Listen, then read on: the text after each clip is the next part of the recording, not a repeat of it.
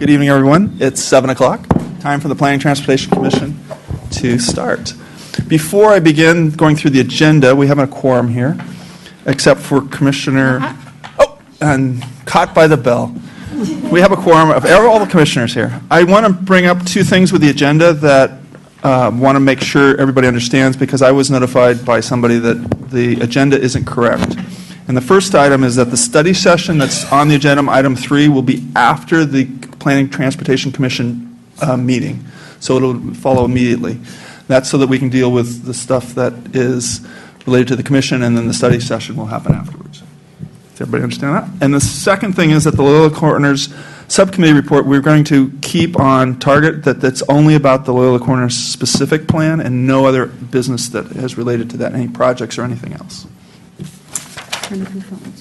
So, I'd like to remind everybody that if you haven't done already, take your cell phone, make sure it's either on stun or not vibrate. But please don't allow it to ring during the meeting, as I just did. Okay. And if you haven't done already and you plan to speak, please fill out a green card. They're out in the lobby, and turn it into the staff up here, and we'll get it a hold of. With that said, the first item of business is public comments on items not on the agenda, of which I have 2. And first will be Abigail, followed by Mr. Bunker. And you'll have 3 minutes. Abigail Aarons, 1 Main Street. I don't know how to express how grateful I am to you for your public service, for your incredible support for the hotel. And I'm sorry that it continues to cause a fuss. But I'm here tonight to say, please don't be upset with me if I hold to my original request of hours from 4 to 10. I appreciate what you did, but our hotel model can't support more than that. So thank you, each and every one of you. Thanks. Mr. Bunker.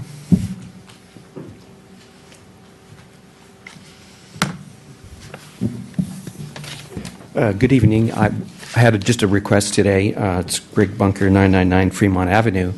I have started to kind of generate a new design for 999 Fremont Avenue, and I would like to request of the Commission to schedule it for a study session.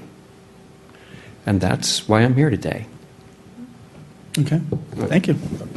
Shouldn't you do that like through the staff, through Zach? Well, we can't take action. We can't take action. We can't take action on You that. can suggest that he talk to Zach, for example. Or I'm sure that someone on staff has already probably mentioned that. Well, James suggested that I come, requested of you. Okay. Okay?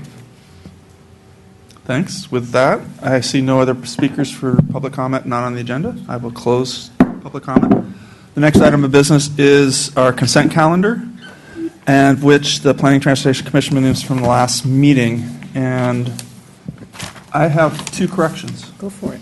Even though I wasn't here, I did watch the video, and the things that I want to make sure... How did it end, by the way? Did it have a good ending? Oh, it had a great ending. Yeah, they're all... So the 2 things that I want to mention, and I just want to confirm with Zach, that the list of residents that spoke, that even though the person that said these names, there are 2 people that the name is different than what's on the list, and I'm assuming you went from the list to create this. Yes, we go off the speaker cards. Okay. And then, so my correction is that Josh Steinhardt and Bart Heckman were both giving public comment, and neither one of them is listed in the minutes. We will update that. Thank you. Is there anything else? No. Do I have a motion to approve? I move we approve the minutes as corrected. Second. All in favor? Aye. Any opposed? Any abstaining? Okay. Moving along. The next item for the Commission's is the discussion of Loyola Corners Subcommittee report. And the way I'd like to do this is, Zach, I'd like you to say whatever you have about staff, about this specific plan, and then we'd open it up to public comment. And then we would go and review the 2 proposals, because the subcommittee met, and I wanted to explain why we wrote what we did in item 1, and John, you can explain what you wrote in item 2, and then we could have a conversation. The whole purpose of this is to come up with one letter to the City Council as to what we believe the council should do. And Ronit? Jolie, do I need to recuse myself and not be in the room? Okay, then I will. Because you own The property property. within 500, you have an ownership of real property within 500 feet of the specific plan. Okay, let me ask you, when we talk about the downtown specific plan, does that mean going forward that people who own property within the downtown will also have that requirement of them? Okay. Thanks. Yeah. Do I have to abstain myself? Do you have property at Loyola Corners?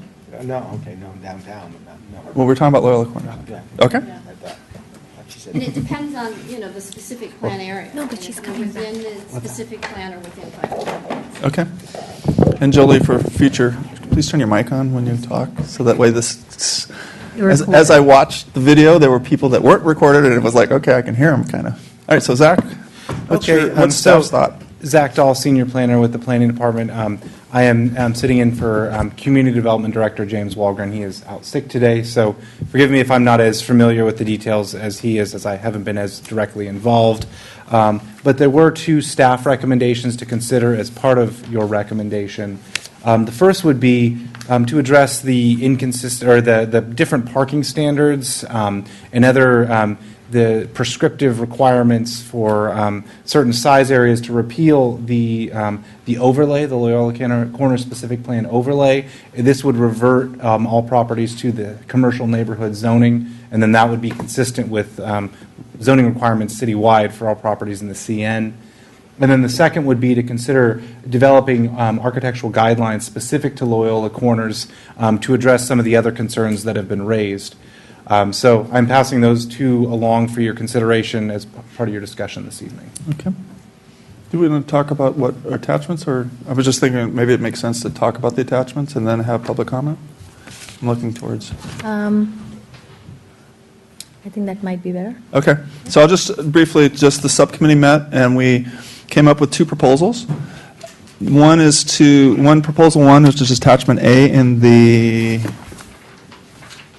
agenda item, is a specific looking at section by section what was in the specific plan, what needed to be modified, and what things that we felt needed to be changed. And so it was very detailed related to the specific plan itself. And I think, anything else you'd like to add? I'm No, looking but toward my. do you want to just elaborate a little bit on what the thought process was? Sure. The thought process is that the plan itself, the background, the purpose of the plan, and the planning process are as accurate today as they are in 1990. But what's really changed in the past 25 years is the plan itself and the implementation, as most of the implementation didn't get done.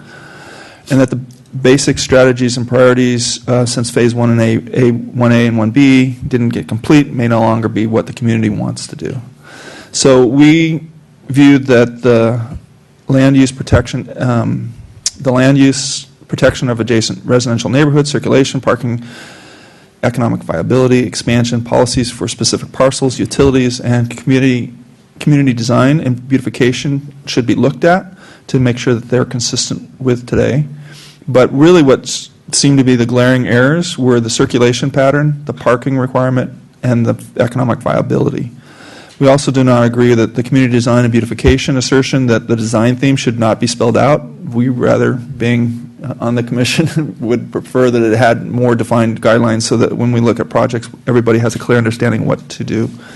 Also, there was there's a mention specifically of the CN zone not being 30 feet or two-story height limit. When the CN zone changed to just 30 feet, the two-story requirement we felt is confusing because it's now a 30-foot height limit. And there's reference to 2 stories throughout the document, and I didn't say it in the report, but what I would recommend is that it be things that are not on the first floor, rather than defining a second story or a third story. Because if the zoning changed, then it could be then revisited again. As far as circulation, Excuse me, Sure. tell me what you mean by that. So, in it says if there's an addition as a second story. So rather than saying second story, if you would say if there's an addition above the first floor. Above ground level. Above the first ground level, because 30 feet is 30 feet. Whether it's a 2-story building or a 3-story building, it just it's not clear whether is this plan about 2 stories and 3 stories? Because we've gotten away from that as far as zoning throughout the entire planning process. Because zoning went to form-based instead of stories. And so I think what James had talked about earlier was having a more consistent use of the language throughout all our zoning code. And this is one of those artifacts that's left from an earlier time. So rather than just defining it as a 2-story and a 30-foot, basically focus on that 30-foot. Right. Yeah, but you do need to have the limitation of what is allowed on the first floor, Yeah. which is not residential. So Correct. residential above the first floor, or Exactly, something like that. right. Because it was never intended to have residential on the first floor, unless you're going to change that. Which is right, and that's, so that was the height limit. The second item was that the circulation plan, we've requested that the capital improvement plan incorporates a traffic study done in the Loyola Corners once the bridges are complete, and that's supposedly scheduled for spring 2016, and so that would be the update to the circulation in the specific plan, because that would be a better sense of what's happening. That parking and economic viability, we recommend that there would be a work group composed of the neighborhood residents, business owners, landowners, as well, within Loyola Corners, as well as appropriate staff, PTC and city council members, and that this group would work on that specific portion of the plan, the parking and economic viability. And also, Appendix B should be updated because of the sales tax revenue, which is confidential, and we couldn't get access as members of the public, but maybe there's some way that people could look at Loyola Corners in conjunction with Andronico's, Blossom Valley, which is where the other Safeway is, as well as Trader Joe's Shopping Center and Lucky's, that kind of mixes together. And the last item was that community design and beautification, that we looked at the downtown design guidelines, and that some of that may apply to Loyola Corners, and that would be an easy way to take and extract what was in Loyola Corners, or what was in that plan, and use it for Loyola Corners.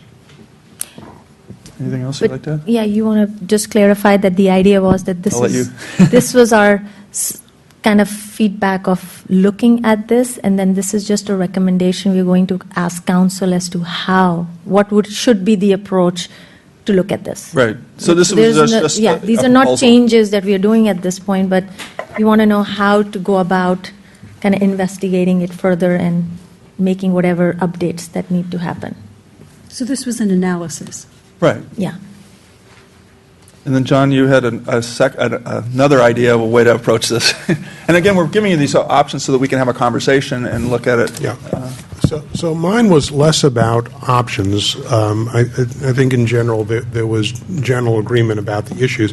It was more designed to be a basis for an outline for talking about what the options are and what the alternatives are. The only area that I had a different perspective was that I didn't feel that the downtown design guidelines as they stood were appropriate for Loyola Corners, and that they needed to be adapted.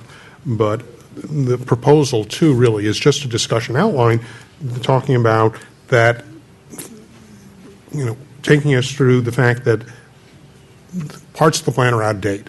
There were things that were in the plan that were assumed to happen that didn't happen. The key challenge, I believe, is the issue of parking, and that without adequate parking, it severely limits the development potential at Loyola Corners. Point number 3, that the design guidelines do need to be clearer with some examples, because we find that helps developers understand what it is we're looking for. I think it's important that before we forward a recommendation to council, that we look at what the full range of options are. We could go back and say we want to come up with an entire new plan. I don't think that's necessarily the right solution given the time, cost, and necessity. But there are things that we can update, and I'm in agreement that that's probably the best course of action. Some of what we are recommending may be superseded by the council actions on the 25th.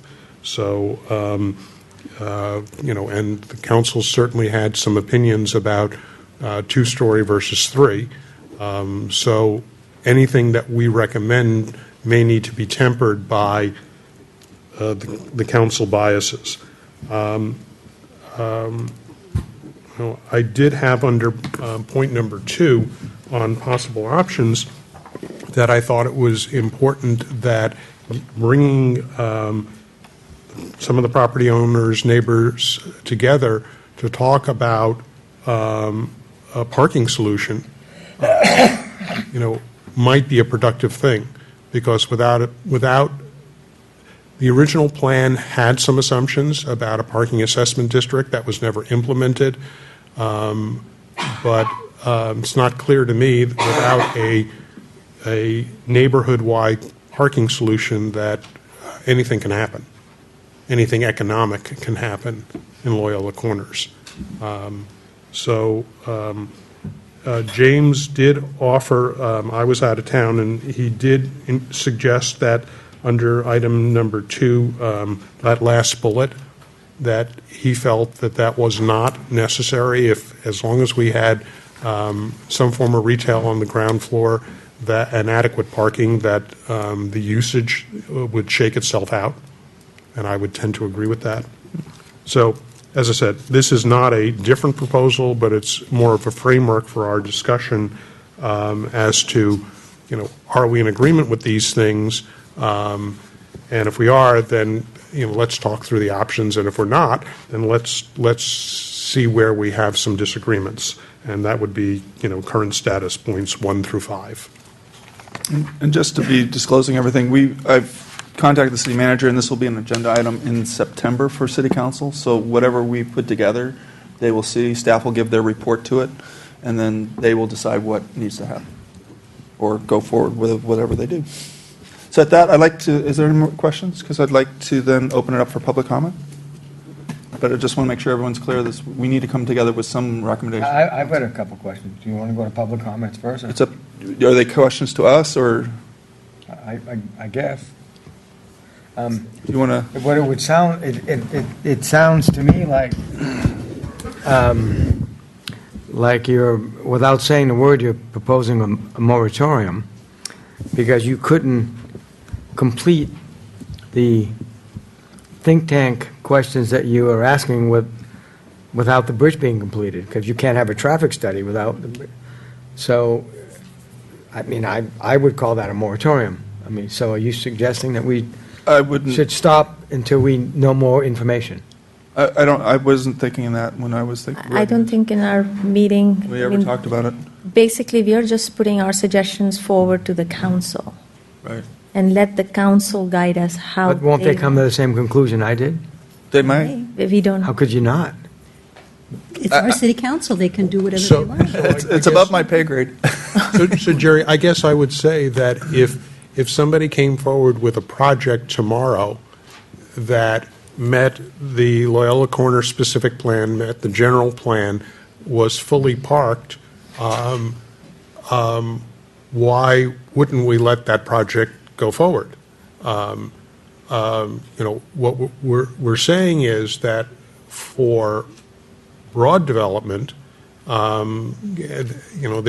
are inconsistencies in the plan. The guidelines aren't good enough, because what we've seen, at least in 2 plans, says that there's not enough clarity. And, our bias has always been to make it clear to developers and applicants as clear as possible, so that hopefully on the first or second try, they get pretty close. Conceivably, somebody could come forward with a project that does work because of its mix of usage and its ability to self-park. So I don't necessarily see a moratorium as a requirement. I do think that for a lot of properties owners, under these guidelines, it's hard to do development that maximizes the building envelope on a site.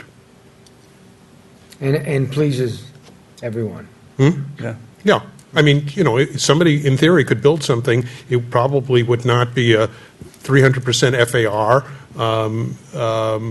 because, regardless of where it is, because it would be difficult, if not impossible, to self-park that. But as you were saying, the thing is, Jerry, I think as a comment, we should get public. My opinion is, when we looked at this, when I said before this was an analysis, what I found very useful was you analyzed what was there. You said this part, the basis by which they made these decisions, these bases, these facts are still important and they're valid. And this section is okay, but here's a piece of it that didn't get implemented and it's a little fuzzier and isn't consistent with the rest of our rules. So let's separate it and say this stuff we'll leave alone, this stuff we won't. The reason I'm going back to this, Jerry, is because I see that the subcommittee and then the commission will have to say to City Council, look, we have determined that because we are seeing things coming through and we want to encourage development in Loyola Corners and economic vitality, the current plan works in this aspect, doesn't work in this. And this is where Mike's right. It's above our pay grade. We don't make policy, we implement it. We can advise, we can give them the basis of what we see coming through and where we have seen actual issues that we have trouble dealing with because we're trying to balance economic development with the community's will, and that is above our pay grade. We are not political officers, they are. And so, in that point, I don't think it's even worth discussing moratorium. That's not what this is about. What this is about is giving our best advice to council in the face of what we see as an oncoming problem. Well, okay, when I play this scenario out, what I see is if this goes to city council when they consider what we're doing, if I was a prudent person on the city council, what I would say is, well, it looks like we don't have enough information to really set a guideline, so why don't you, Planning Commission, back in your court, look at this anew, because it's 25 years old, and why don't you come up with a plan, because you're more qualified. They may say that. Bite my May say lip On the that other a little hand, bit, you're but- not on city council. I wish you were. That's a prudent thing to do. Why, I would think they would do that. So Jerry, I think the thing is that if the city council gives that suggestion and it does come back to planning commission, then at that point, at least planning commission have a leg to stand on where we need to get resources to get some studies done to get, right now We don't know what the we city can't council use will And do. also, Time. no matter what we say, we are experts because we are sitting here for so many years doing it, but we're really not experts of traffic and viability studies and those things. It's just not in our, we just can't do it. So do you have other questions? Because I'd like to get to public comment. We will have discussion after public. Yeah, and we'll have Yeah. more. More fodder, hopefully. All right, so I I said have, my piece. all right, I have 6 speakers, and I'm calling them in order that these were handed in. I have Andrea Pajak. Did I say that right? Actually, the last one. Oh, were you? Well, I could split it on the bottom. It just happens. What did you like? Your choice. Okay, sorry. Whoever hands it at the end actually ends up right on the top. I try to keep these in order of what I got them, but sometimes I mess up. And then you'll have 3 minutes, just FYI. Okay, thank you. My name is Andrew P. Jack. I'm a Loyola Corners resident. Regarding the updating of the Loyola Corners specific plan, I'm concerned that removing the or 2-story clause is just going to burst open the floodgates for 3-story development. I think the original intention of the plan was, 2 stories, that's consistent with all the sketches you see. The 30-foot, that extra space, I think, allows for the attic space, the pitched roofs that you see in the specific plan. And I think if we go with just a 30-foot limit, we're going to see 3-story boxes from one end of the triangle to the other, with as many condos as these properties owners can cram in there. to make their money before the real estate market cools off. And that's how I feel. Thank you. And the next speaker I have is Tom Ferry.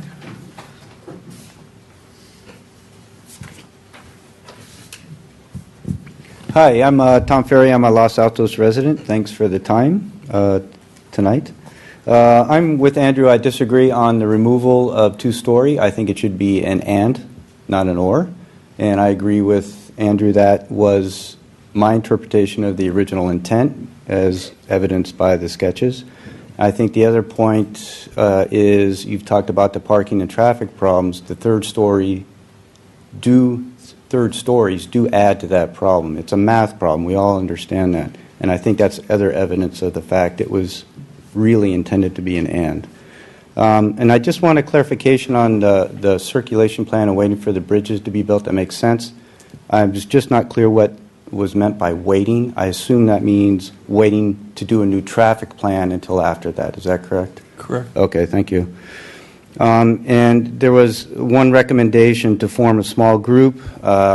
If that is considered, I'd ask you to please take into account that the resident representatives are not professionals. We have a handicap, meaning it takes us a lot longer time to figure these things out than professionals. So please keep that in mind in terms of balance of that.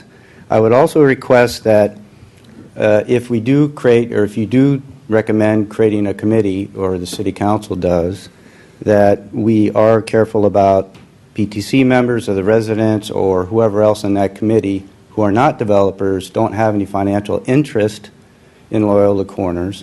And I would suggest that, at least from the resident side, that we consider things like financial disclosures or other traditional methods to ensure that the people who are appointed as residents do not have any financial interest.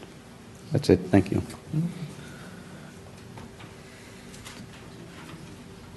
Julie, did you have a comment on that? Okay. Catherine Wartzberg, I have you next. Followed by Steve Wartzberg. Hello, I'm Catherine Wurzburg, and I live on Terrace Drive. And I don't want to repeat what was said before, but I have a suggestion for you about the 2 stories and height limit. If it was worded like limited to 2 stories, not to exceed 30 feet, then that might clarify it. And in your one of the proposals was to adopt the downtown design guidelines for future development. I'd like to point out that Loyola Corners is not downtown, and I'd like to ask for a declaration of neighborhood status for Loyola Corners, because it's not the same as downtown. It's a very small area, and it shouldn't be zoned the same as downtown is. And finally, I'd like to see more of a connection between the city staff and what residents want, because I feel sometimes there's not a caring of the continuation of businesses, for example, in Loyola Corners that have been there for many, many years, and the city might want to, the staff might want to rebuild everything there and say that, oh yeah, new businesses will come in, but there's no guarantee of that. And there are some businesses that have been in Loyola Corners for decades that we would hate to lose. So I just like the city staff and you all to be kind of thoughtful of the businesses that are already there and doing well. Thank you. You're welcome. And just for clarification, Loyola Corners is not zoned the same way as downtown is. Is it zoned as a neighborhood? It's commercial neighborhood. CN. It's CN. CN, Yeah, okay. it's just FYI. What we're talking about is that the guidelines that we use in the downtown area triangle seem to be good enough that we could use them. Some of them. Some of them. Yeah, and I'm just in not Loyola. familiar with them. I just, because there's so I many understand. large 3-story buildings downtown. It's not the 3-story, it's the aesthetics, is that what? Aesthetics? Yeah. Okay, thank you. Walkable city area. Okay. Things like that. Okay.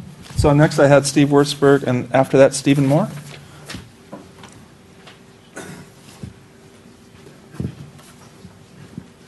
Thanks. Well, I'm Steve Wurzburg. I live at 871 Terrace Drive. I'm married to her. And I agree with everything that she said, as well as everything everybody else said so far. One thing that struck me, and I'm sorry to have to say it, but I really think the subcommittee overstepped the charge that it was given. If you read the June 18th minutes, it says it was to define the process to modify the Loyola Corners specific plan. That was what the charge was. It wasn't to decide should there be 2 or 3 stories, will there or will there not be, or should there not be a parking assessment district. I think that was the charge, and you guys didn't really follow the charge, and especially in the first recommendation, the first prong. Second prong follows more, I think, what the charge of the committee was, but the first one, I think, does not. The second concern I had was that I think at least one person on the subcommittee had an interest in Loyola Corners. I think they were the architect for Bunker originally, if that's correct.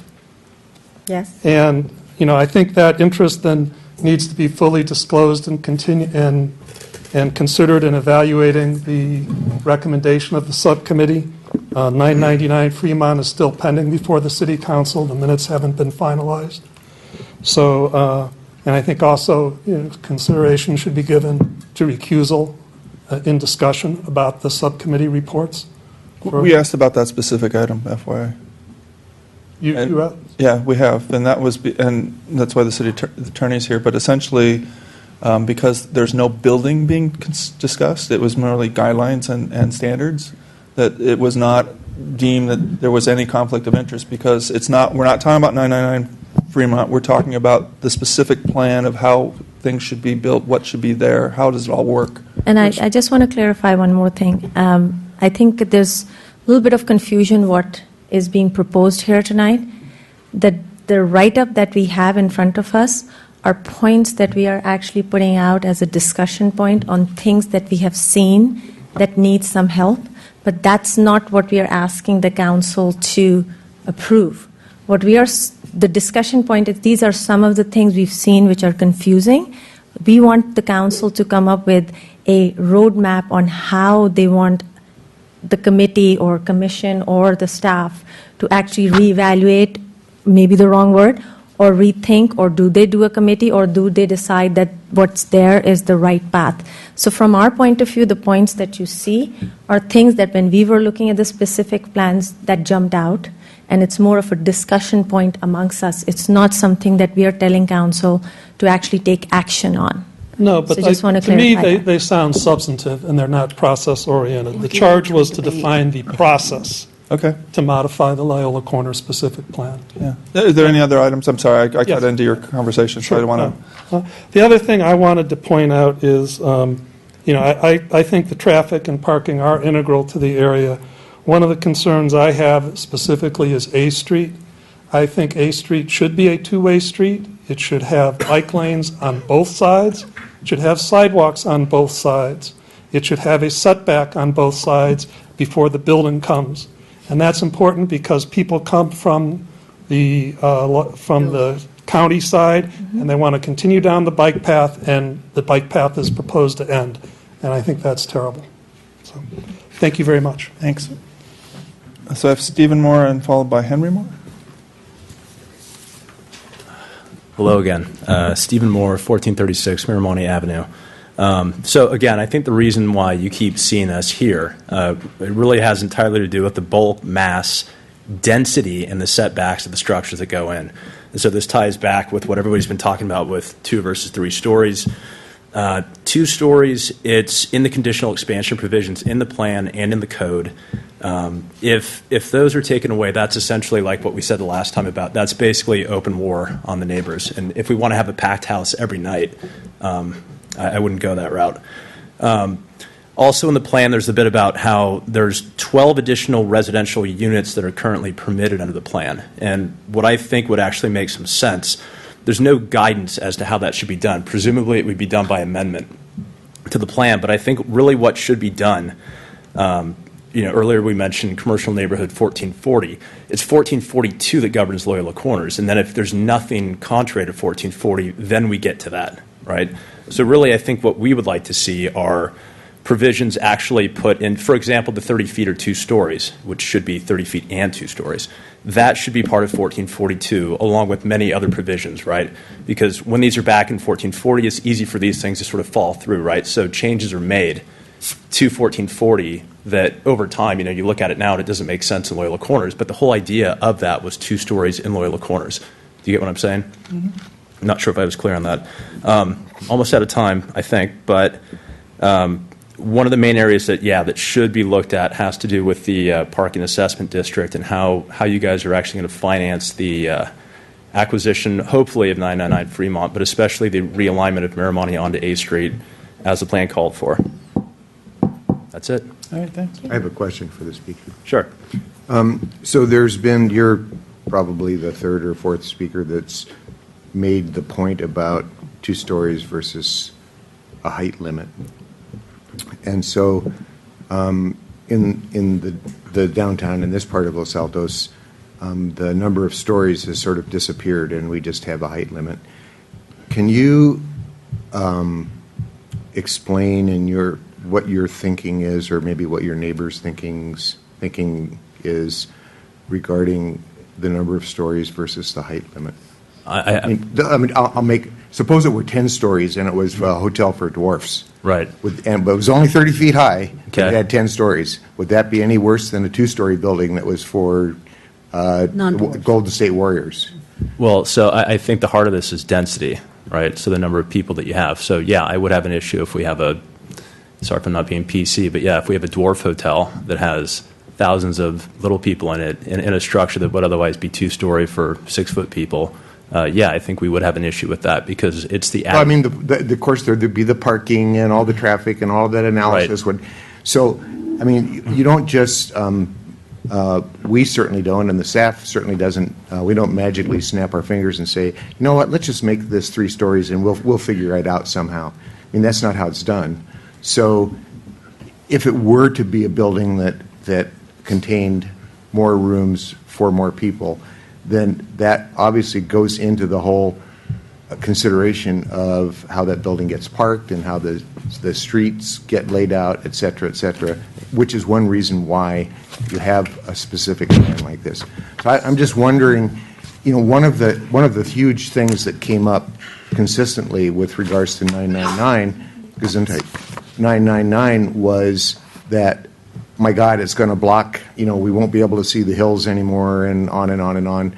And that was actually true to some extent. Right. But a 30-foot building is a 30-foot building. It really doesn't matter how many stories it has. Sure. So whether there's one Greg Bunker, condo on the 3rd floor or none, it doesn't matter. Sure. Well, I would counter with, a lot of what the style guidelines, which are fairly general in the plan, they're talking about sloped roofs that are consistent with the overall appearance of the neighborhood, right? There's a difference between going up vertically 30 feet, maybe a minor setback on the 3rd floor, versus having that sloped roof, which is less obtrusive in terms of the skyline. Mm-hmm. So, I'm not disagreeing with you. Is there a question? I just want to make sure. Yeah, I want to try to understand, because he was very articulate about this, and I wanted to try to understand what his thinking was, as well as he's clearly spoken with his neighbors, and he wants to make a point about the people that live in that area, and I want to understand that. Okay. So, yes, there is a question. I know, but did you get your question answered? Yeah, I think so. Okay. I have one too. Sure. Which is sort of a follow-through on this one, which is when you refer to the sloped roof, one of the things that we've run into is the heights are often defined as halfway up the sloped roof, and that allows a building to be taller than the absolute 30 feet. right. And I'm wondering if, in your opinion, it would make sense if we really call this the Loyola Corners specific plan, that we really make things that are specific relative to, for example, that kind of change where if your concern and the neighborhood concern, which comes up in some kind of a joint meeting, is that the 30 feet not be a solid cube of development, but rather have more aesthetic response that are comfortable to the neighborhood development. Maybe that's something that goes in. The reason I'm bringing it up this way is because I was part of the committee when we were looking at eliminating stories Right. using form-based development. And if what your concern is that the form-based that's possible is untenable, maybe we can define it still under the aegis of form-based development at a 30-foot height and use a secondary level of saying, and that does not mean a box, or that means have sloped roofs and stay below this level. Right, yeah, I think that would, if I understand you correctly, yeah, I believe that would be something that most residents would generally be okay with. Okay. Otherwise it would be, if people want to put up boxes instead, if we're not going to have those types of restrictions put in about slopes that actually go all the way to the peak, as opposed to, some sort of gradual slope and then a flat roof or something. I think if we're going down that road, that would be something that most neighbors would be generally receptive to. I feel like this is something that could definitely be a point of discussion where we can clarify it as getting input from different parties. Thank you. Sure, thanks. Thank you. And last speaker I have is Henry Moore. If there's anybody else who'd like to speak, let me know by filling out one of these green cards. Good evening, Commissioners, Mr. Chairman. My name is Henry Moore. I'm at 1436 Miramati Avenue, and I'm his dad. 30 feet or 2 stories. If you read the specific plan for Loyola Corners, it never countenances any third floors, and I think that's indisputable. So when they make that reference to the heights and the stories, I think if you want to change it to the form that you're interested in, I think what you have to do is lower it from 30 feet. Now, maybe you lower it to 27 or 25. But I think when the specific plan originally was issued, there were different definitions for heights. Right. I mean, it used to be to the peak, and then they sort of said, no, well, it's halfway up the peak. And then they said, no, it's to the base of the roof, if you've got a flat roof. So things outside the specific plan have been changing and impacting the specific plan, not necessarily intentionally, probably accidentally.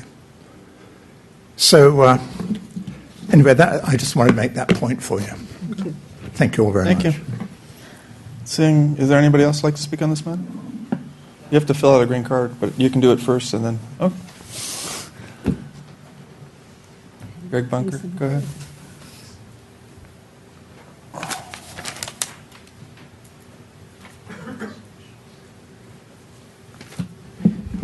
Greg Bunker, 999 Fremont Avenue. Piece of property sure gets a lot of attention, doesn't it? Anyways, I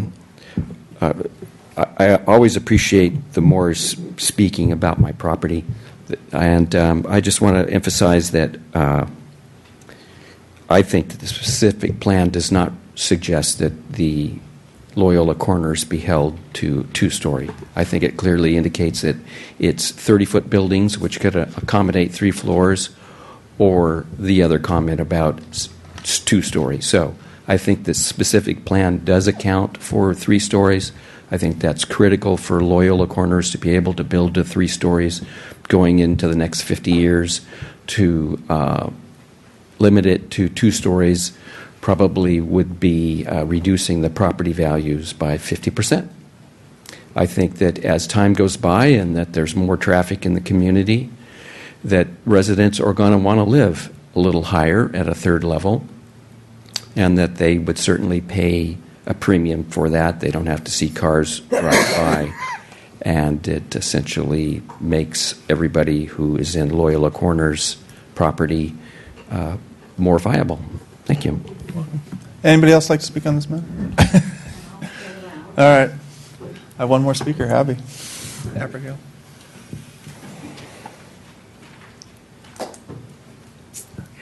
This is tough. First, let me say I have no financial interest in this particular area. However, I think one of the things I'd like to know from the neighbors is what do they envision on the 2nd floor?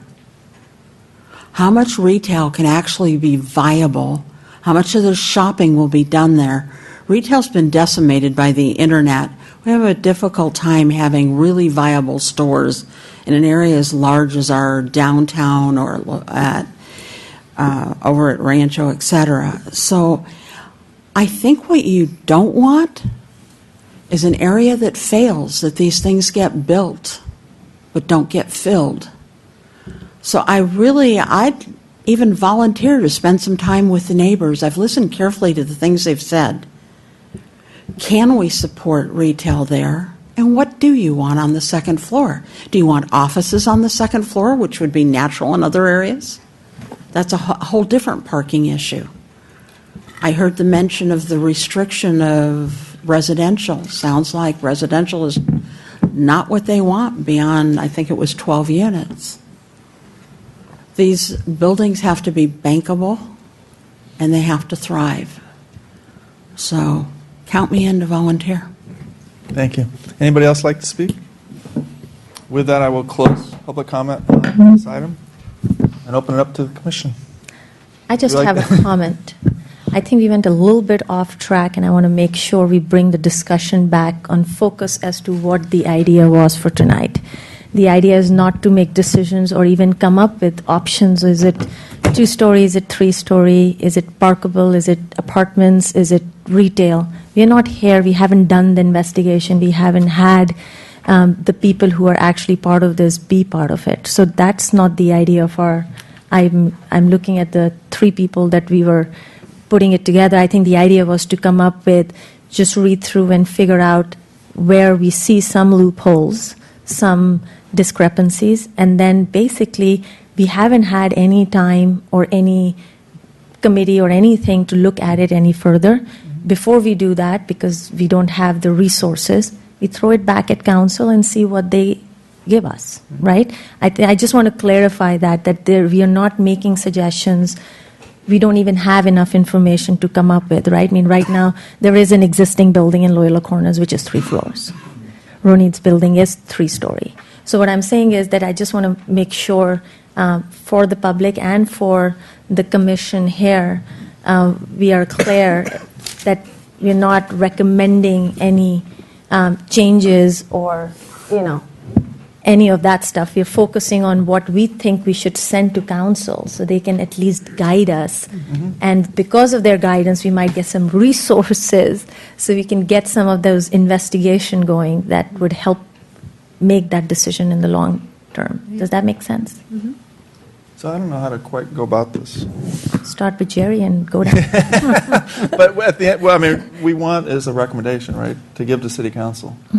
And I'm assuming we do this as a part of the meeting that we come with that recommendation, so that, yeah. So do you make a motion to recommend a certain thing?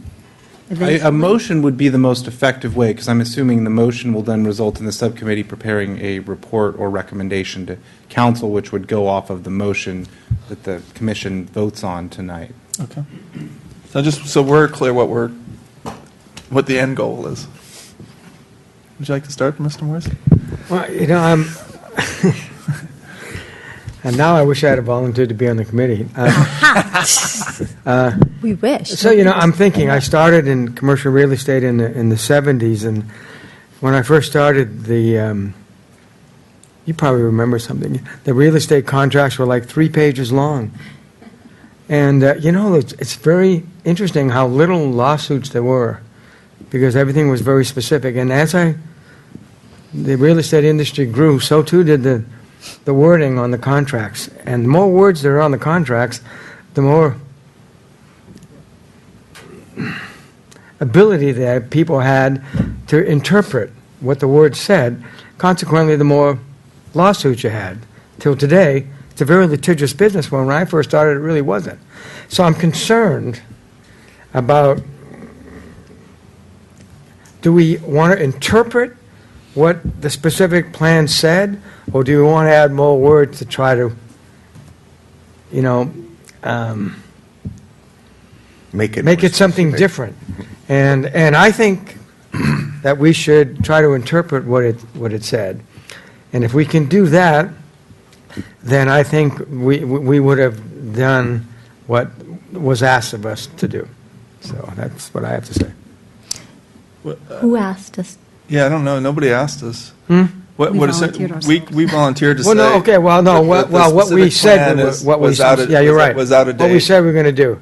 Right, and my also concern is, we're not doing anything other than to say to city council, we've looked at this and we've said, I mean, that's where I'd like to get to, is these are the specific things that need to be addressed by the city council as to how to figure it out. Because I don't consider myself an expert. And What I guess I don't want to see, Michael, is that, just an incredible amount of time goes by where we say to the city council, here's what we think, and then the city council doesn't want to make, some people don't want to make decisions because, it might not be the right one, and so sometimes at least not making a decision is still a decision. So then they send it back to us, and it keeps going back and forth, and I don't think that's what the neighbors want, and I don't think that's what the developers want. So I hope whatever we do can streamline the process. And I think the idea was to help do that, because right now we don't have the resources or have got any approval to do anything. And with the projects which have come through, there has been a lot of confusion, and we've heard two sides Tonight. right? And we keep hearing that. And we don't have the authority, nor do we have the information to make any decisions. The council needs to give us a guidance on how to proceed forward, and with that guidance, then we get resources, we can tap into staff's time, we can make that committee. We need to have people who actually know what's happening down there, part of it. if they charge us with looking right at those things, they may say, we were going to form our own committee, we think the specific plan should be thrown away. I mean, They have to give us, we can't make those decisions. If Exactly. they come back, we know how, council can come back and do anything. They can come back and say, well, forget the committee, only you guys are doing it. But we don't want to make those or they decisions, might nor say do the we want to plan do is it. fine as is, leave it alone. So Jerry, I think I'm with you. I think, trying to expand on the document is probably bad. Trying to get rid of things that are no longer appropriate is good. And trying to give clarity around some of the things in the document which are fuzzy, specifically design guidelines and setbacks and bulk and mass and some things like that, are probably good things. But, the danger here is that, what I personally don't want to see, and I don't think my fellow subcommittee members want to see either, is for us or the council to throw up our hands and say, Loyola Corners specific plan doesn't work, let's start over again. That's a long, drawn-out, ugly process, and it's unlikely to come up with a good plan quickly. I guess that's my problem. If we come, and I don't know what we're going to recommend, but if we come from a position of uncertainty, then we might expect the same thing to come from city council. And if uncertainty meets uncertainty, they're going to stop all building, and that's going to present a moratorium. And frankly, I'll go on the record as saying I don't want a moratorium. I would vote against it. So I think we have to be very careful. I hope that you come to Tuesday night's city council meeting, because that's I exactly what guarantee I'm gonna be there. that's what they're talking about. I know. And- I'm gonna And that's be there. nothing to do with us. I mean, just, right? And the I'm one gonna thing, be- the way John just put it, I think I want to tap into that. Some things were great, some things need correction. You said it better, but whatever that stuff was, I think that's what we are basically saying to council, right? That it's not working. In our opinion, there are certain things which are working, certain things need clarification, and certain things are obsolete in 20 years. They haven't been implemented. But should we not, are we going to offer suggestions as to what those are? Well, that's the whole point, is that until we have an allocation of resources, what we are doing is suggesting that we are suggesting that there is a problem. We are recommending that action be taken. We are, what the subcommittee has done a really terrific job is analyzing what parts can stay untouched, focused on the parts that need updating in some way, and recommend to City Council that an action be taken to ameliorate those problems. And that action could be, and we can suggest, the action could be a suggestion to form a committee of staff, neighborhood developers in the area, to come up with responses to the specific things.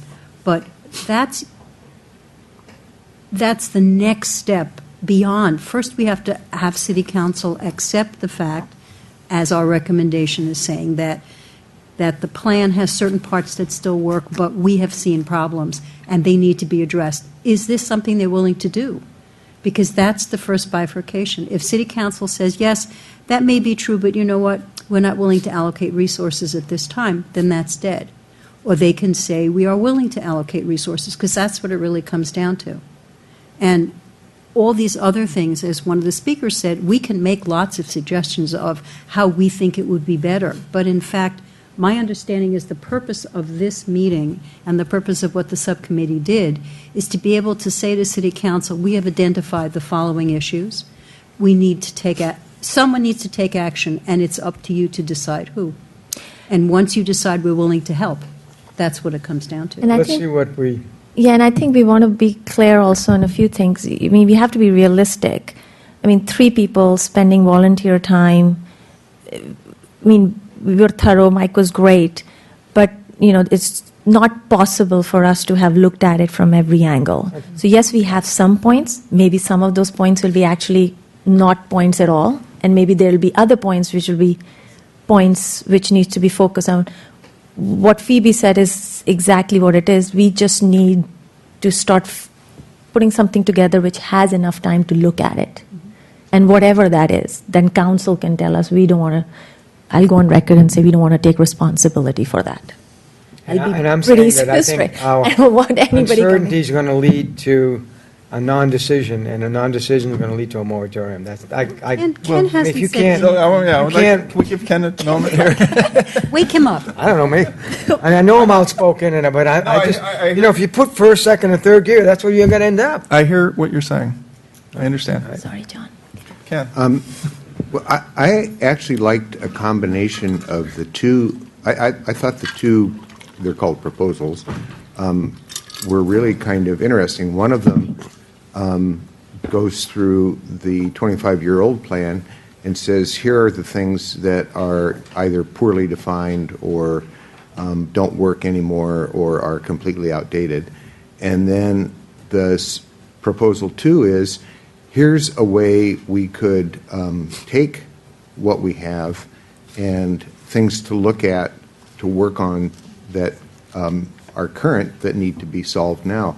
I don't know why we wouldn't actually combine the two, and I think they're both excellent. One is a roadmap for how someone or some group would create a new version of an old plan, and the other is a critique of what parts of the old plan really don't work very well anymore.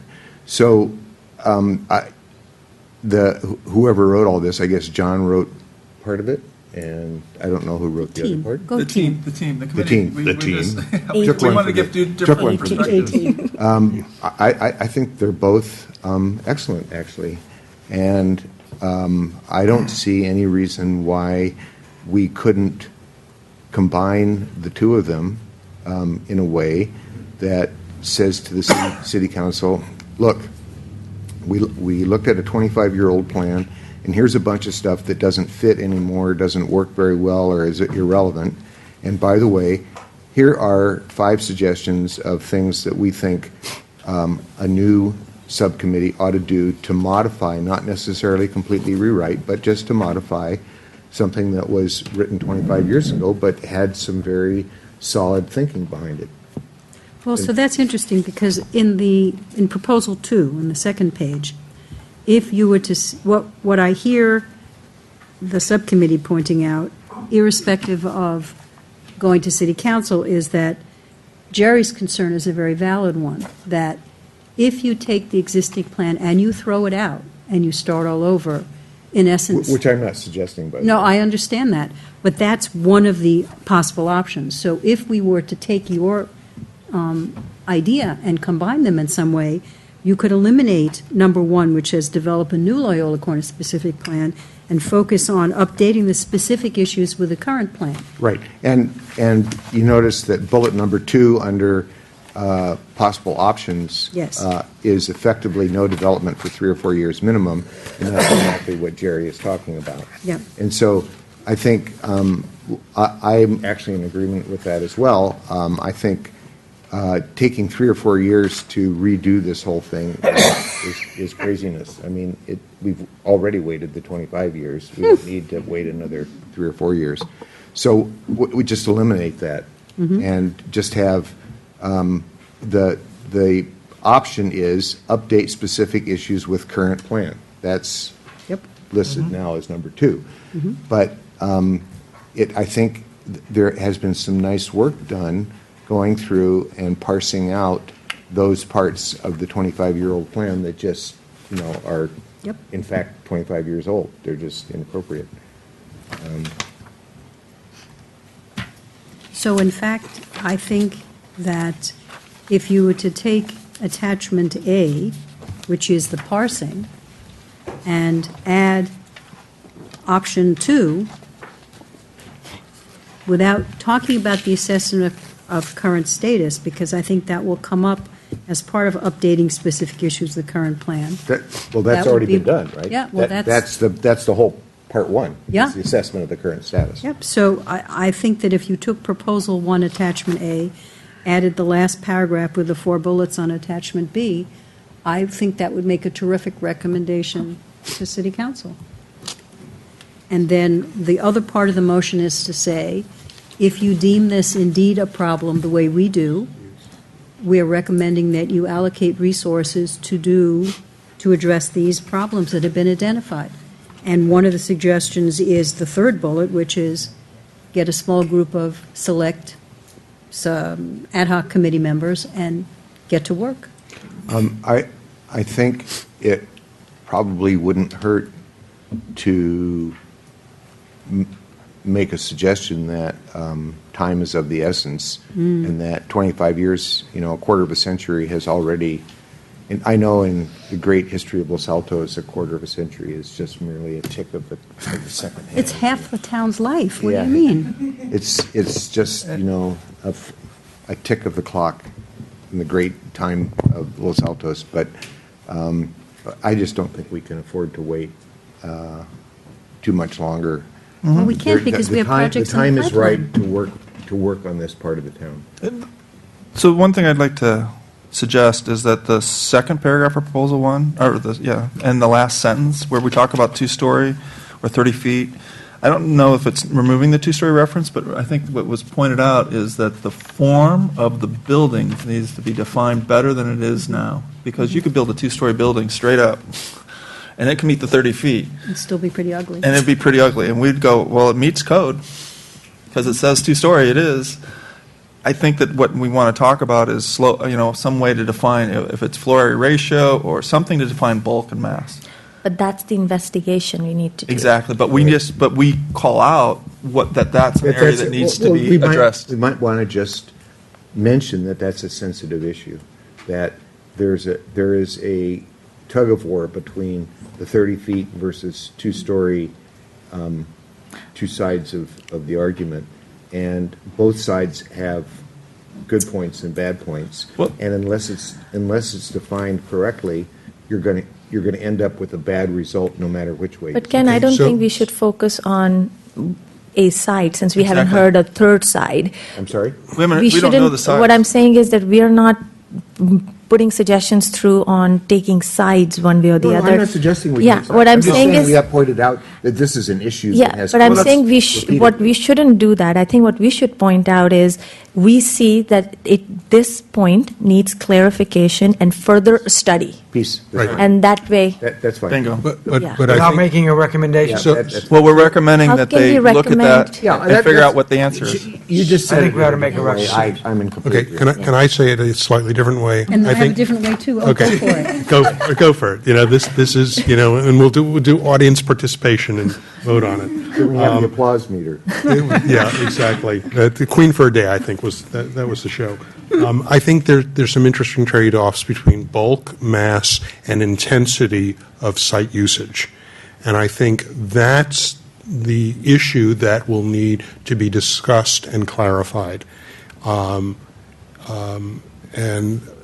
if that resonates with any of the rest of you, then maybe that would be a good way to discuss it, because it's certainly, we're hearing from the community that those are real issues. And again, I'm not interested in taking a position, but I am interested in making sure we address those three things. So my other way of saying it was that the PTC subcommittee, and we could say the PTC in general, recommends design definitions to address mass, bulk, and intensity of development issues. Because I actually had the PTC subcommittee, or the PTC Yes. committee recommends clarification of item 4, 30-foot or 2-story height, as the words are confusing regarding defining buildings. I think it says that. What? Yeah, it doesn't say it one way or the other. We're just asking. We're just that saying this that's needs to be be further addressed. studied. Right, but it's being addressed in the context of the implication, the resulting issues that result. And I don't want to lose the issues and the concerns that underlie that. Regarding 30-foot buildings relative to mass, bulk, intensity of development. Right. Because those are the three issues. Right. You know, this is sort of an interesting philosophical question in the sense that we're not really the right people to make these kinds of decisions, because this is really a community decision, and it's economic questions, which is people want bigger buildings, the developers, versus a neighborhood decision, the residents who want buildings that are smaller because they think there'll be less dense usage. And I don't think we're the right people to make that But decision. we're not. We're just pointing out We're those just are the pointing issues. out that that's the And I'm issue, saying right? it's an interesting philosophical question. If the city council are the correct people, they're the elected officials, and if they make the wrong decision and make everyone angry, they're not going to get elected again, so, et cetera. Well, but there was a survey. Are we all aware that there was a survey of the downtown which had everybody was in support of economic vitality, but there was a large proportion of people who didn't want big buildings and more parking. And, they're mutually exclusive goals. So it may be that this will be an analogous situation, but that's a little off topic. I think if you say that the PTC recommends that the references to 2-story in the CN zone, 30 feet or 2-story height are confusing, particularly in reference to the issues of mass, bulk, and intensity of development, then I think we've analyzed the problem and identified those hot buttons, which we keep hearing coming up over and over again when people come in front of us. I just want us to be really careful on one thing, though. Yes, we are hearing people, but we are hearing because of certain projects which have gone through and because of the study of this committee report. We haven't publicly asked public for opinion as yet. So what I'm trying to say is we need to be very careful There that, may be yes, other and different issues. there are other neighbors we haven't really publicly noticed to get feedback. So I want to be careful on what we put in there so that it's not as if, we respect everybody who's here. I just want to be careful that it's not as if we're just hearing the one room full of people and we haven't really noticed anybody as yet. So I just want us to be careful with how we word that. Don't worry, if there's an issue, we'll blame it all on you. Okay. 'Cause That's you won't fine. be here I will for be that. gone by that. You'll be Okay. gone, so blame it all on But you. you understand where I'm getting from, Yeah. that Because there we don't may want to be be... other or different issues. Yeah, I like feel we are that. focusing on a So would you couple of, recommend so we that- need to be totally out of But I feel what the comfortable project doing is. this, and I'll tell you why, because we had two projects come through Mm-hmm. in some form of review, and these were the issues that came up. Yeah. And those Exactly. were publicly noticed meetings, and Exactly. we had a very large turnout. So Phoebe, that's So what that's I'm... why I'm comfortable Yeah, yeah. saying these particular ones. I There may be understand. others. Yeah, I would- The I would- reason I'm bringing this up is because, yes, we are in this profession where we need to kind of detach ourselves and look at the problem in hand. We're looking at two big parcels. We are talking about Loyola Corners, where you have a lot of small parcels, you have a lot of things happening. So what I'm just saying is that we should be very neutral on making sure that whatever we put in there, because the reason I liked Mike's thing, we were saying, this is an issue, we just need to know that we need to investigate it. Or how to go about investigating. How to go about Yeah, that's what I was- investigating, rather than being very specific, because as we all were discussing, when we make specific things, then I'll say neighbors, their take is, well, you guys are making changes and you're making decisions. We are not. We're just asking that we have figured something out. There are some loopholes. It's a good read, but it definitely puts me to sleep. It's huge. I mean, for such a small corner, oh my God, we did a building in Sunnyvale and it was like 6 pages. Yeah. I mean, just reading through this is painful. So we want to make sure that's just what I Well, wanted my to question say. would be is as a commission, what would we recommend to clarify this whole issue regarding 30 feet or two-story limit? Is it a subgroup? I mean, we should at least say this is what we think would. But I thought you have that covered in your option 2, that update specific issues with the current plan. And these are the things that either we put a committee together or we. So are you put saying some- that this should be a small group composed of? Well, we are looking at the specific plan, right, on certain things. So we are Right. not going to say, okay, this one instant, only 2 people are making a decision. that- No, I'm just trying saying- to ask, what's the recommendation as far as? Maybe I we thought- don't yeah. want to recommend removing the words in reference to the CN That's zone what, on that's page what I'm 11. saying, right? But leave it as to say that this is confusing and needs more work. Exactly. That's what- Right. I agree, that's what I was Just leave getting it at that? Yep. Yeah. And that, I think, in itself just says the whole thing. Someone going to make a motion on that? Yeah. I don't even know what we're, Okay, well, so I have a I can motion try. I could try. go. At that attachment A, that the word subcommittee be removed, and that the committee, the PTC committee be replaced in those instances, and that the proposal as written, that the item about the PTC committee recommends, we strike removing the two-story reference to the CN zone, but rather say the PTC committee recommends clarification of page 1140, number 4, 30-foot or two-story height limit, as the words are confusing regarding defining buildings. This particular issue concerning needs to be looked at. I don't know what to say there. You could say, is you said it, recommends. You have already got it in there. But I want to say that this particular issue needs to be That- looked at as far as mass, bulk, and intensity of development. This particular issue needs to be looked at as it impacts Yes. mass bulk and intensity of Affects, site but not usage. impacts, yes. Effects.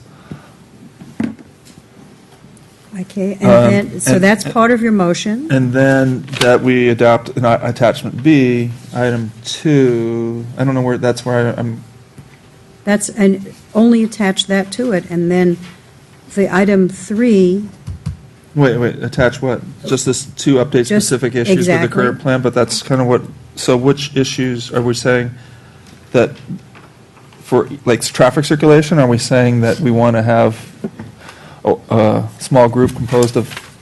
So, well, I think you can say update specific issues with the current plan as identified Okay. in attachment A. Well, I'd put that as part of attachment A. Yeah? And then what I wanted to do was, Jerry had a very good point. I think we need to add either a bullet or whatever that says the time is of the essence. Okay.